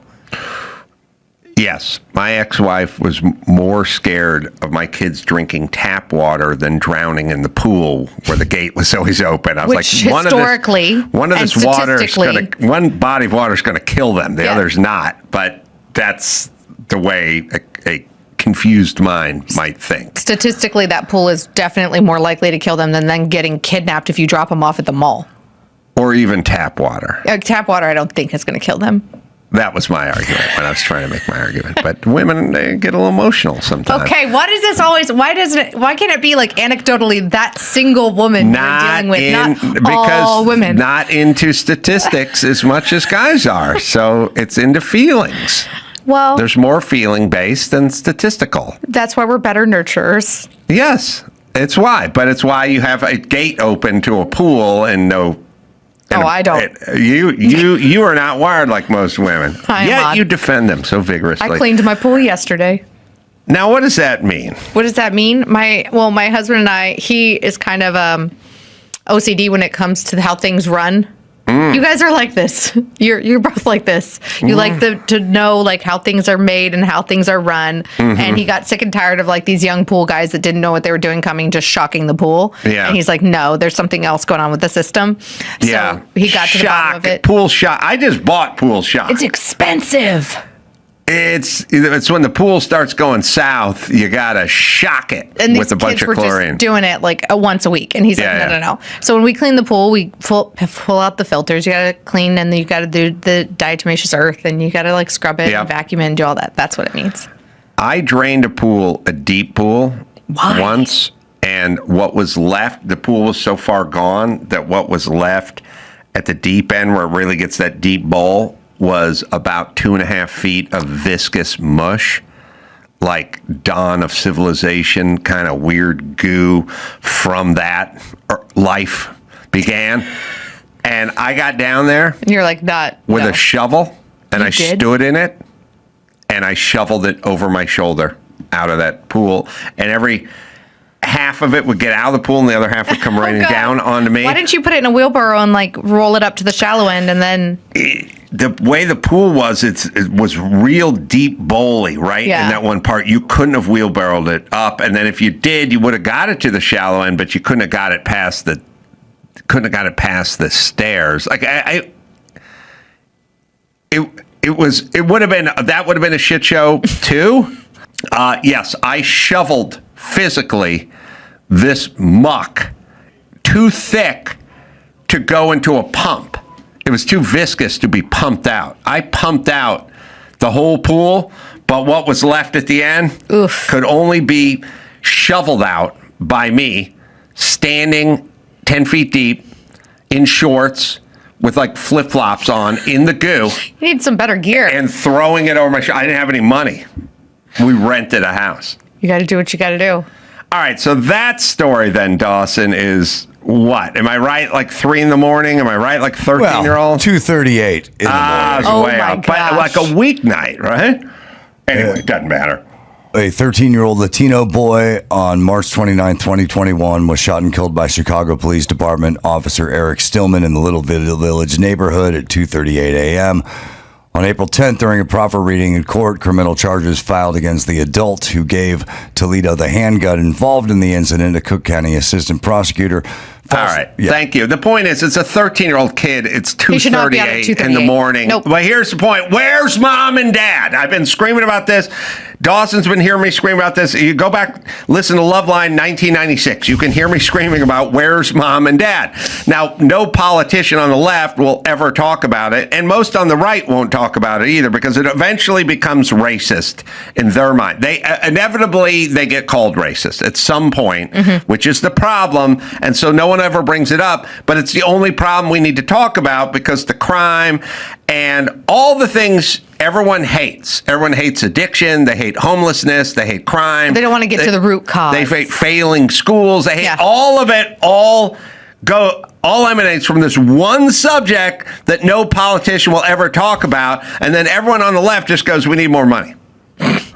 Okay, I don't know how much more money would keep that kid off the street. And then they go, "We got to get rid of guns." Oh, some adult gave him that gun. Okay. Anyway, news. Alicia News Krause. along those lines, spending lots of money and government not being very good at dealing with things. The California Post, our friends right down here in downtown LA, I love how they are like the New York Post has a California division now. They're doing some good reporting over there. So now there's a rogue mini town. The other day you showed me that creepy video of the guy like living underneath the sidewalk. Shud. Like in the storm shelter. Amongst things that looked like what you pulled out of the pool. Pretty much. Yes. Now there's a rogue mini town that's rising inside Los Angeles' billion-dollar homelessness crisis, where the homeless are building tiny homes, including televisions, air conditioning, and selling them on the street for as little as $100. They talked to one guy, 38 years old. He lives in this burst of bright orange, green, and yellow building that he's made in this small structure. He says he's really proud of his space and he cleans it up every single day. He even has air conditioning. Before living in this home, this gentleman lived a block away in a tent and a tarp, but he said it was too much fighting and drugs. This provides him more protection, and he's made almost 10 houses so far that he sells for about $100 a pop. Here's the video of it. Show me what you have here. How do you get the? It's got a TV. Yeah, it's a Telemundo. What are you connected to? We have an electricity. Okay. Yeah, Got an air conditioner? It's nicer in the What room about I when it grew up in. rains? I've got to be honest with you. I didn't have an air Does the conditioner. rain come through the roof? Yeah, so it gets wet. It's supposed to rain on Thursday. Do you cover it with a tarp or? Yeah. First off, the guy doesn't speak English, and she's doing an interview with him. Oh. And secondly, turn down the Telemundo. What else We're is doing an down interview here.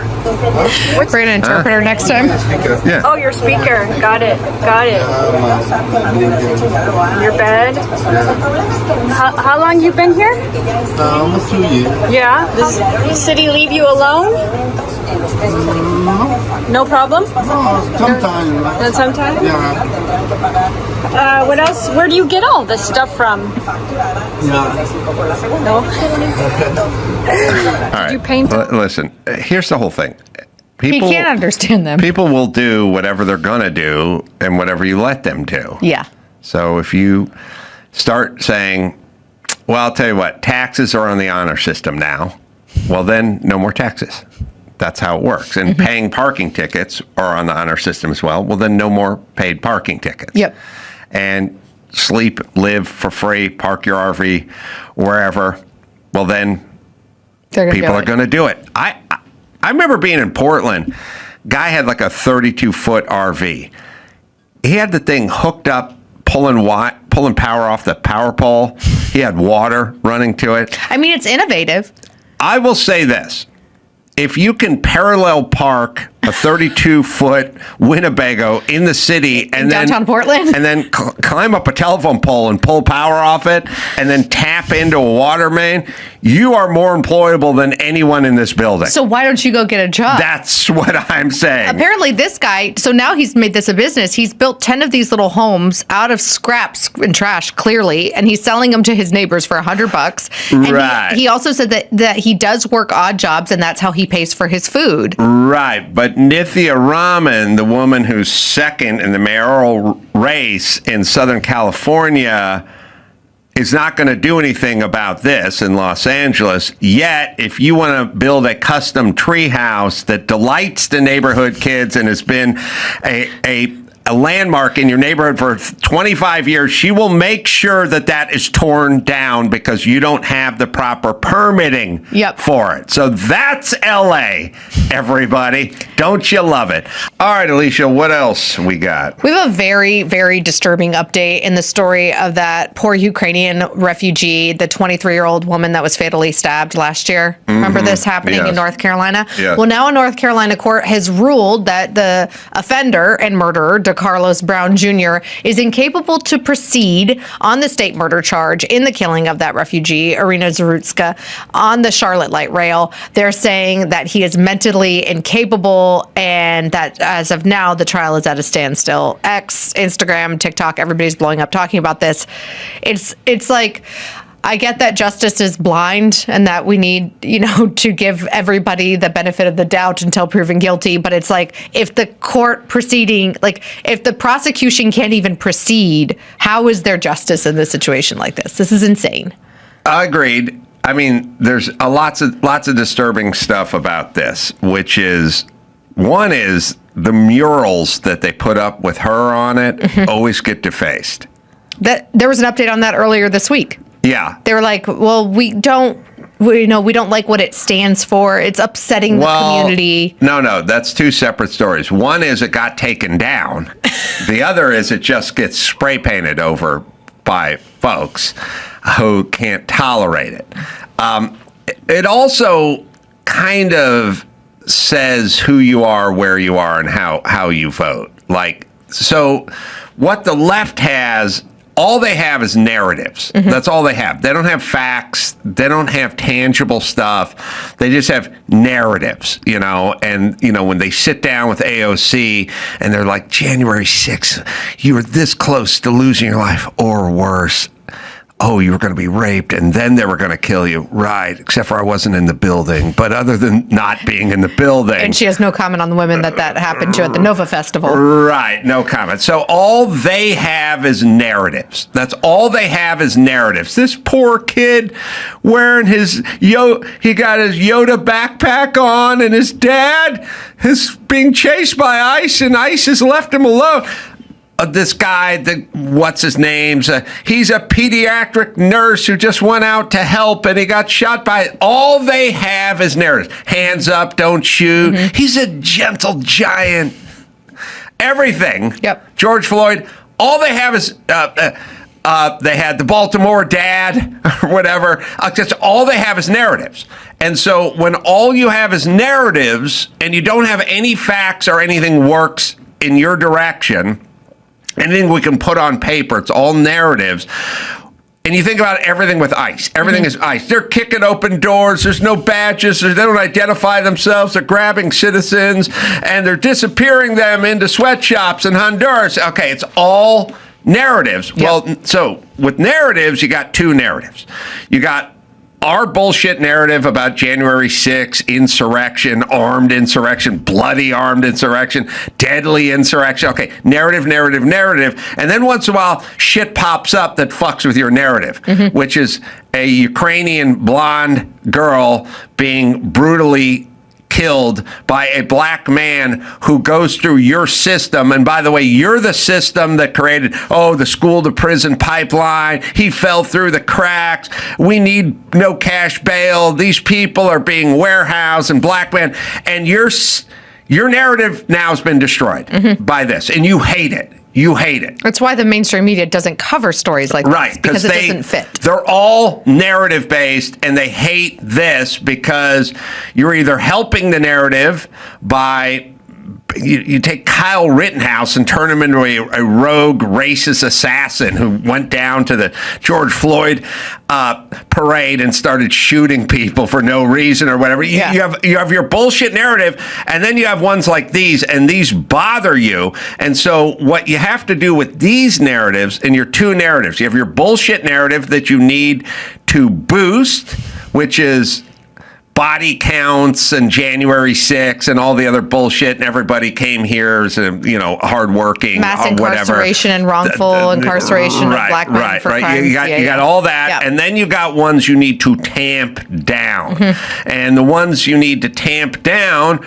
were like, Joe Biden has lost his mind. Oh, that's just a cheap fake. That's just a little slice. Somebody took that at the Juneteenth celebration. Doesn't mean anything. Wandering away at the G8 summit. Right. He was helping out a paratrooper that had landed in a sandbar. Yeah. Okay. So this is bad for them. Needs to be tamped down, and the murals remind people of their broken narrative. So then the person who runs the city where the mural goes up, if he's a lefty, and he probably is, has to get up there and explain people are upset. We need to they're upset because it's hurting their narrative. So we'd like it taken down.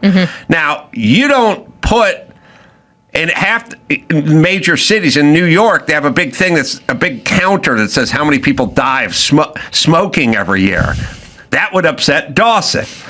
But he's not part of your narrative, and he's not on the happy side of this thing. So that stays up. The thing that shows how many people die of smoking every year. Because they want to shame Dawson. Right. They don't want to shame but this the guy that stabbed an innocent Ukrainian woman. Right. There is a clip of that mayor, and I don't even know where it was. Yeah, he's just like... it was insensitive. It was making people uncomfortable. I would be upset if I lived in Minnesota and I see the George Floyd mural. I'd say that guy is a felon. That guy is a thug. That guy's a bad guy. And fuck that guy. So I would be upset. If it's on a private business, though, it'd be like a high roll and move on. Like it's their First Amendment right to have that on the side of their business. And I think that was what happened. There is a guy, I don't know why it upsets Rudy, who's from Minnesota, because they have like a walk of fame, and they have Prince, and they have, Paul Bunyan or Bud Grant, and then they have or something. George Floyd. Yes. And it's like for the guys who live there and appreciate the music and the culture and everything, that lump this fucking felon in with that guy. I'm surprised Prince isn't rolling over in his grave over He that. may have. Sheesh. All right, let's listen to the mayor, I guess. I don't know where's the mayor of. I can tell by his haircut I don't like him. Every community member that calls Providence home feels safe And we can both agree that this mural behind us does not reflect Providence's values, nor does it reflect the creativity that we want to see in our city. Ultimately, Okay, so he's a representative. Is he Rhode Island? Is that No, a representative from Providence, but it's Providence, North Carolina. Oh, so it's the okay. district in which the mural was Right. painted. Yep. So it makes people feel unsafe to see a waif model who's dead portrayed on a brick side of a building? Yeah, I guess so. Unsafe. It makes people, and by the way, what is this? I feel unsafe. Murals can't make you feel. By the way, Poly High, which is in a very Hispanic part of Sun Valley, California, there's a big mural up there. We got to see if it's still there, Dawson. Cesar Chavez is on that mural, and I paint over that. feel unsafe now that I've heard about what that guy was up to. Although somebody did make a really good point, we could just change all Cesar Chavez named buildings to Julio Cesar Chavez. It's good, but Mario Lopez did call me a couple days ago, and he likes my idea. Oh, yeah? of What was it? Mario Lopez Junior High, Mario Lopez Boulevard, Yep. Mario Lopez I like it. Auditorium, Yeah. Mario Lopez Library. Famous Californian hasn't raped 12-year-olds. Man, Allegedly. all the man does is I think the thing that pay taxes. pissed me off the most about that story is how the lady waited for so long. And this is the leftist, a glimpse into the leftist idea of, this mural of a dead immigrant, which, wait, I thought we were okay with Ukrainian immigrants and we supported Ukraine. At least that's what the left said they did for so long. Like, Russia bad, Ukraine good. Her story only matters if it aligns, like you pointed out, with their perspective. But then it shows how they are willing to sacrifice all of the things that they claim to be true, like rape is wrong, Me Too, pay attention to it, all of this stuff. Trump hates women, Republicans hate women, Republicans hate children, yada, yada. Epstein list, et cetera, et cetera. But then when a woman waits 60 years and covers up for a guy like Chavez, who they think are like, yay, our guy. She literally said in the interview with the New York Times, I didn't say anything because I didn't want to mess with the movement. Right. Like, that is messed up. Like, if you I are willing agree. to set aside your self-preservation and morals for the movement, left, right, and center, that's cultish behavior. Well, it's real simple with the mural. If the guy who stabbed her was wearing a MAGA hat, then you guys would be fine with the mural. Be sommelier. But the guy was black and looks like he would vote for you, and it's the kind of guy you're trying to claim as a victim. So now you're not okay with the mural. I want to hear what this retard had to say one more time, because it's not what his community stands for. A mural for a dead woman is not what his community stands for. And it's dangerous too. All right. Ultimately, we want to make sure that every community member that calls Providence home feels safe. And we what can about both the ones agree who get that stabbed? this mural behind us does not reflect Providence's values, nor does it reflect the creativity that we want to see in our city. By the way, we're now at the point with Democratic politicians where they're speaking gibberish. Yes. It doesn't reflect creativity. They want creativity that doesn't paint white people on buildings. But versus nothing, I would argue murals are all creative because they're murals. They're paintings, which is a creation, and it's part of that process. But they all have values. By the way, leftists don't even know what they're talking about anymore. They just go values, seat at the table. I'm literally unsafe. Yes, Andrew. I sit around and I think about this all the time, but I want to make a faux campaign ad for me running for senator where it's just me listening to black people. And it's all pictures of me listening to black people, different events, listening, lots of shots of me listening while Lots of black B-roll, people talk. Yeah. And it's Adam Carolla. He listens and he's going to fight Trump. And I think that's about all you need. Just pictures of me nodding and listening. You could probably win a mayoral race in this state. Yes, Adam Carolla. He listens to black people. Look at the film.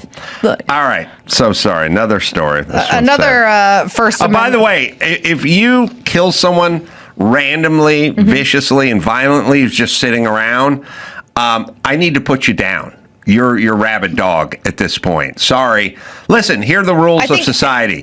I got room for you driving drunk and clipping someone at night when the rainstorm or something. I don't need you executed. If you're just going to randomly execute other citizens for no reason whatsoever, then you need to be executed. It's so ironic. It's like she's on public transportation. She is an immigrant from a nation that they say that they claim to support, and a woman. I guess maybe she's a white woman. It doesn't matter as much to them. But like, and she's like unsafe.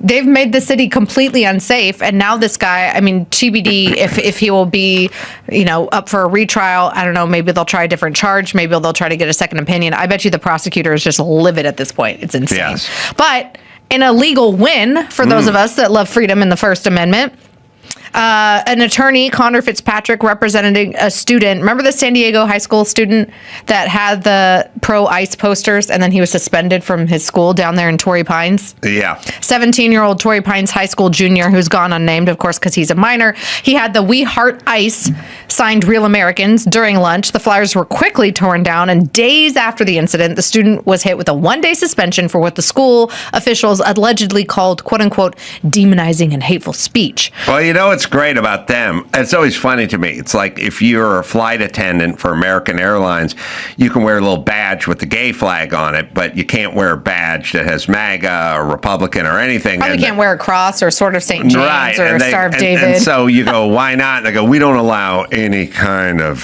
political. And it's like, you don't? Because you're organizing anti-ICE marches. Yep. Teachers were and Yes. students were doing the walkout. So this is what attorney Connor Fitzpatrick, who represents FIRE, which stands for the Foundation for Individual Rights and Expression. They do some really great work. He said that the school administrators, of course, to your point, can't pick and choose which opinions students are allowed to express. Voicing an opinion which makes others upset is not harassment or intimidation. It's American democracy in action, and turns out it's protected by the First Amendment. So the district has now had to reverse this decision. They've wiped the suspension from this kid's record. Good. And let me say this as well. Listen, pussies, if you are fearful or scared of a mural of a blonde chick, or you can't hold down your lunch because someone is down with ICE who's trying to protect your scrawny ass anyway, then fuck off. And like these people go, these people come in here, there's a uniformed cop in this donut shop, and some of the patrons feel threatened. And then fuck off. If you feel threatened by law enforcement or ICE... You should only feel threatened if you're doing something bad.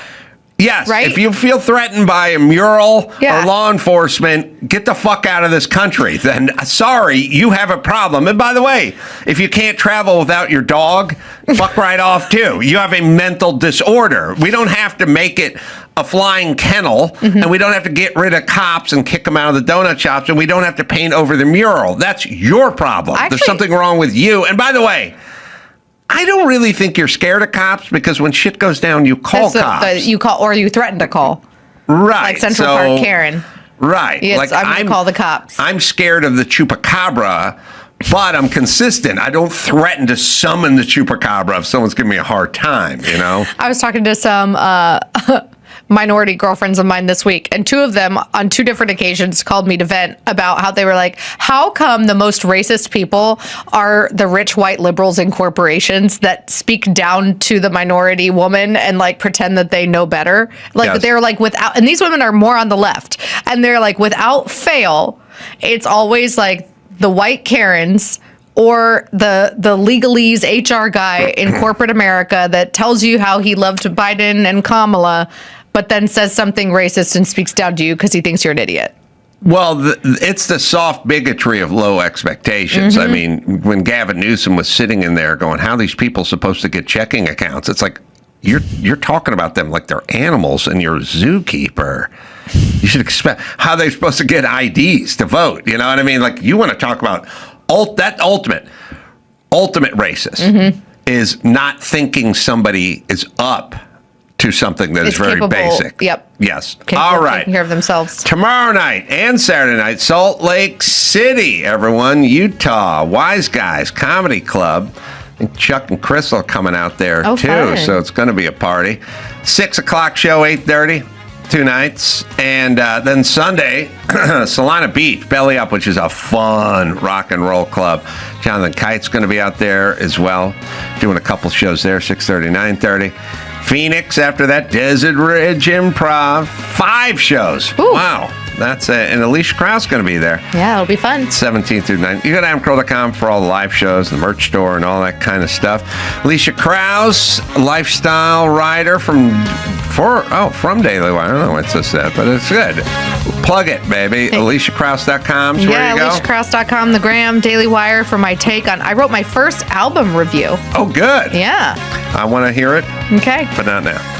Luke Hemsworth, everyone. Beast in theaters tomorrow. And until next time, it's Adam Carolla, Alicia Krause, and Luke Hemsworth saying mahalo.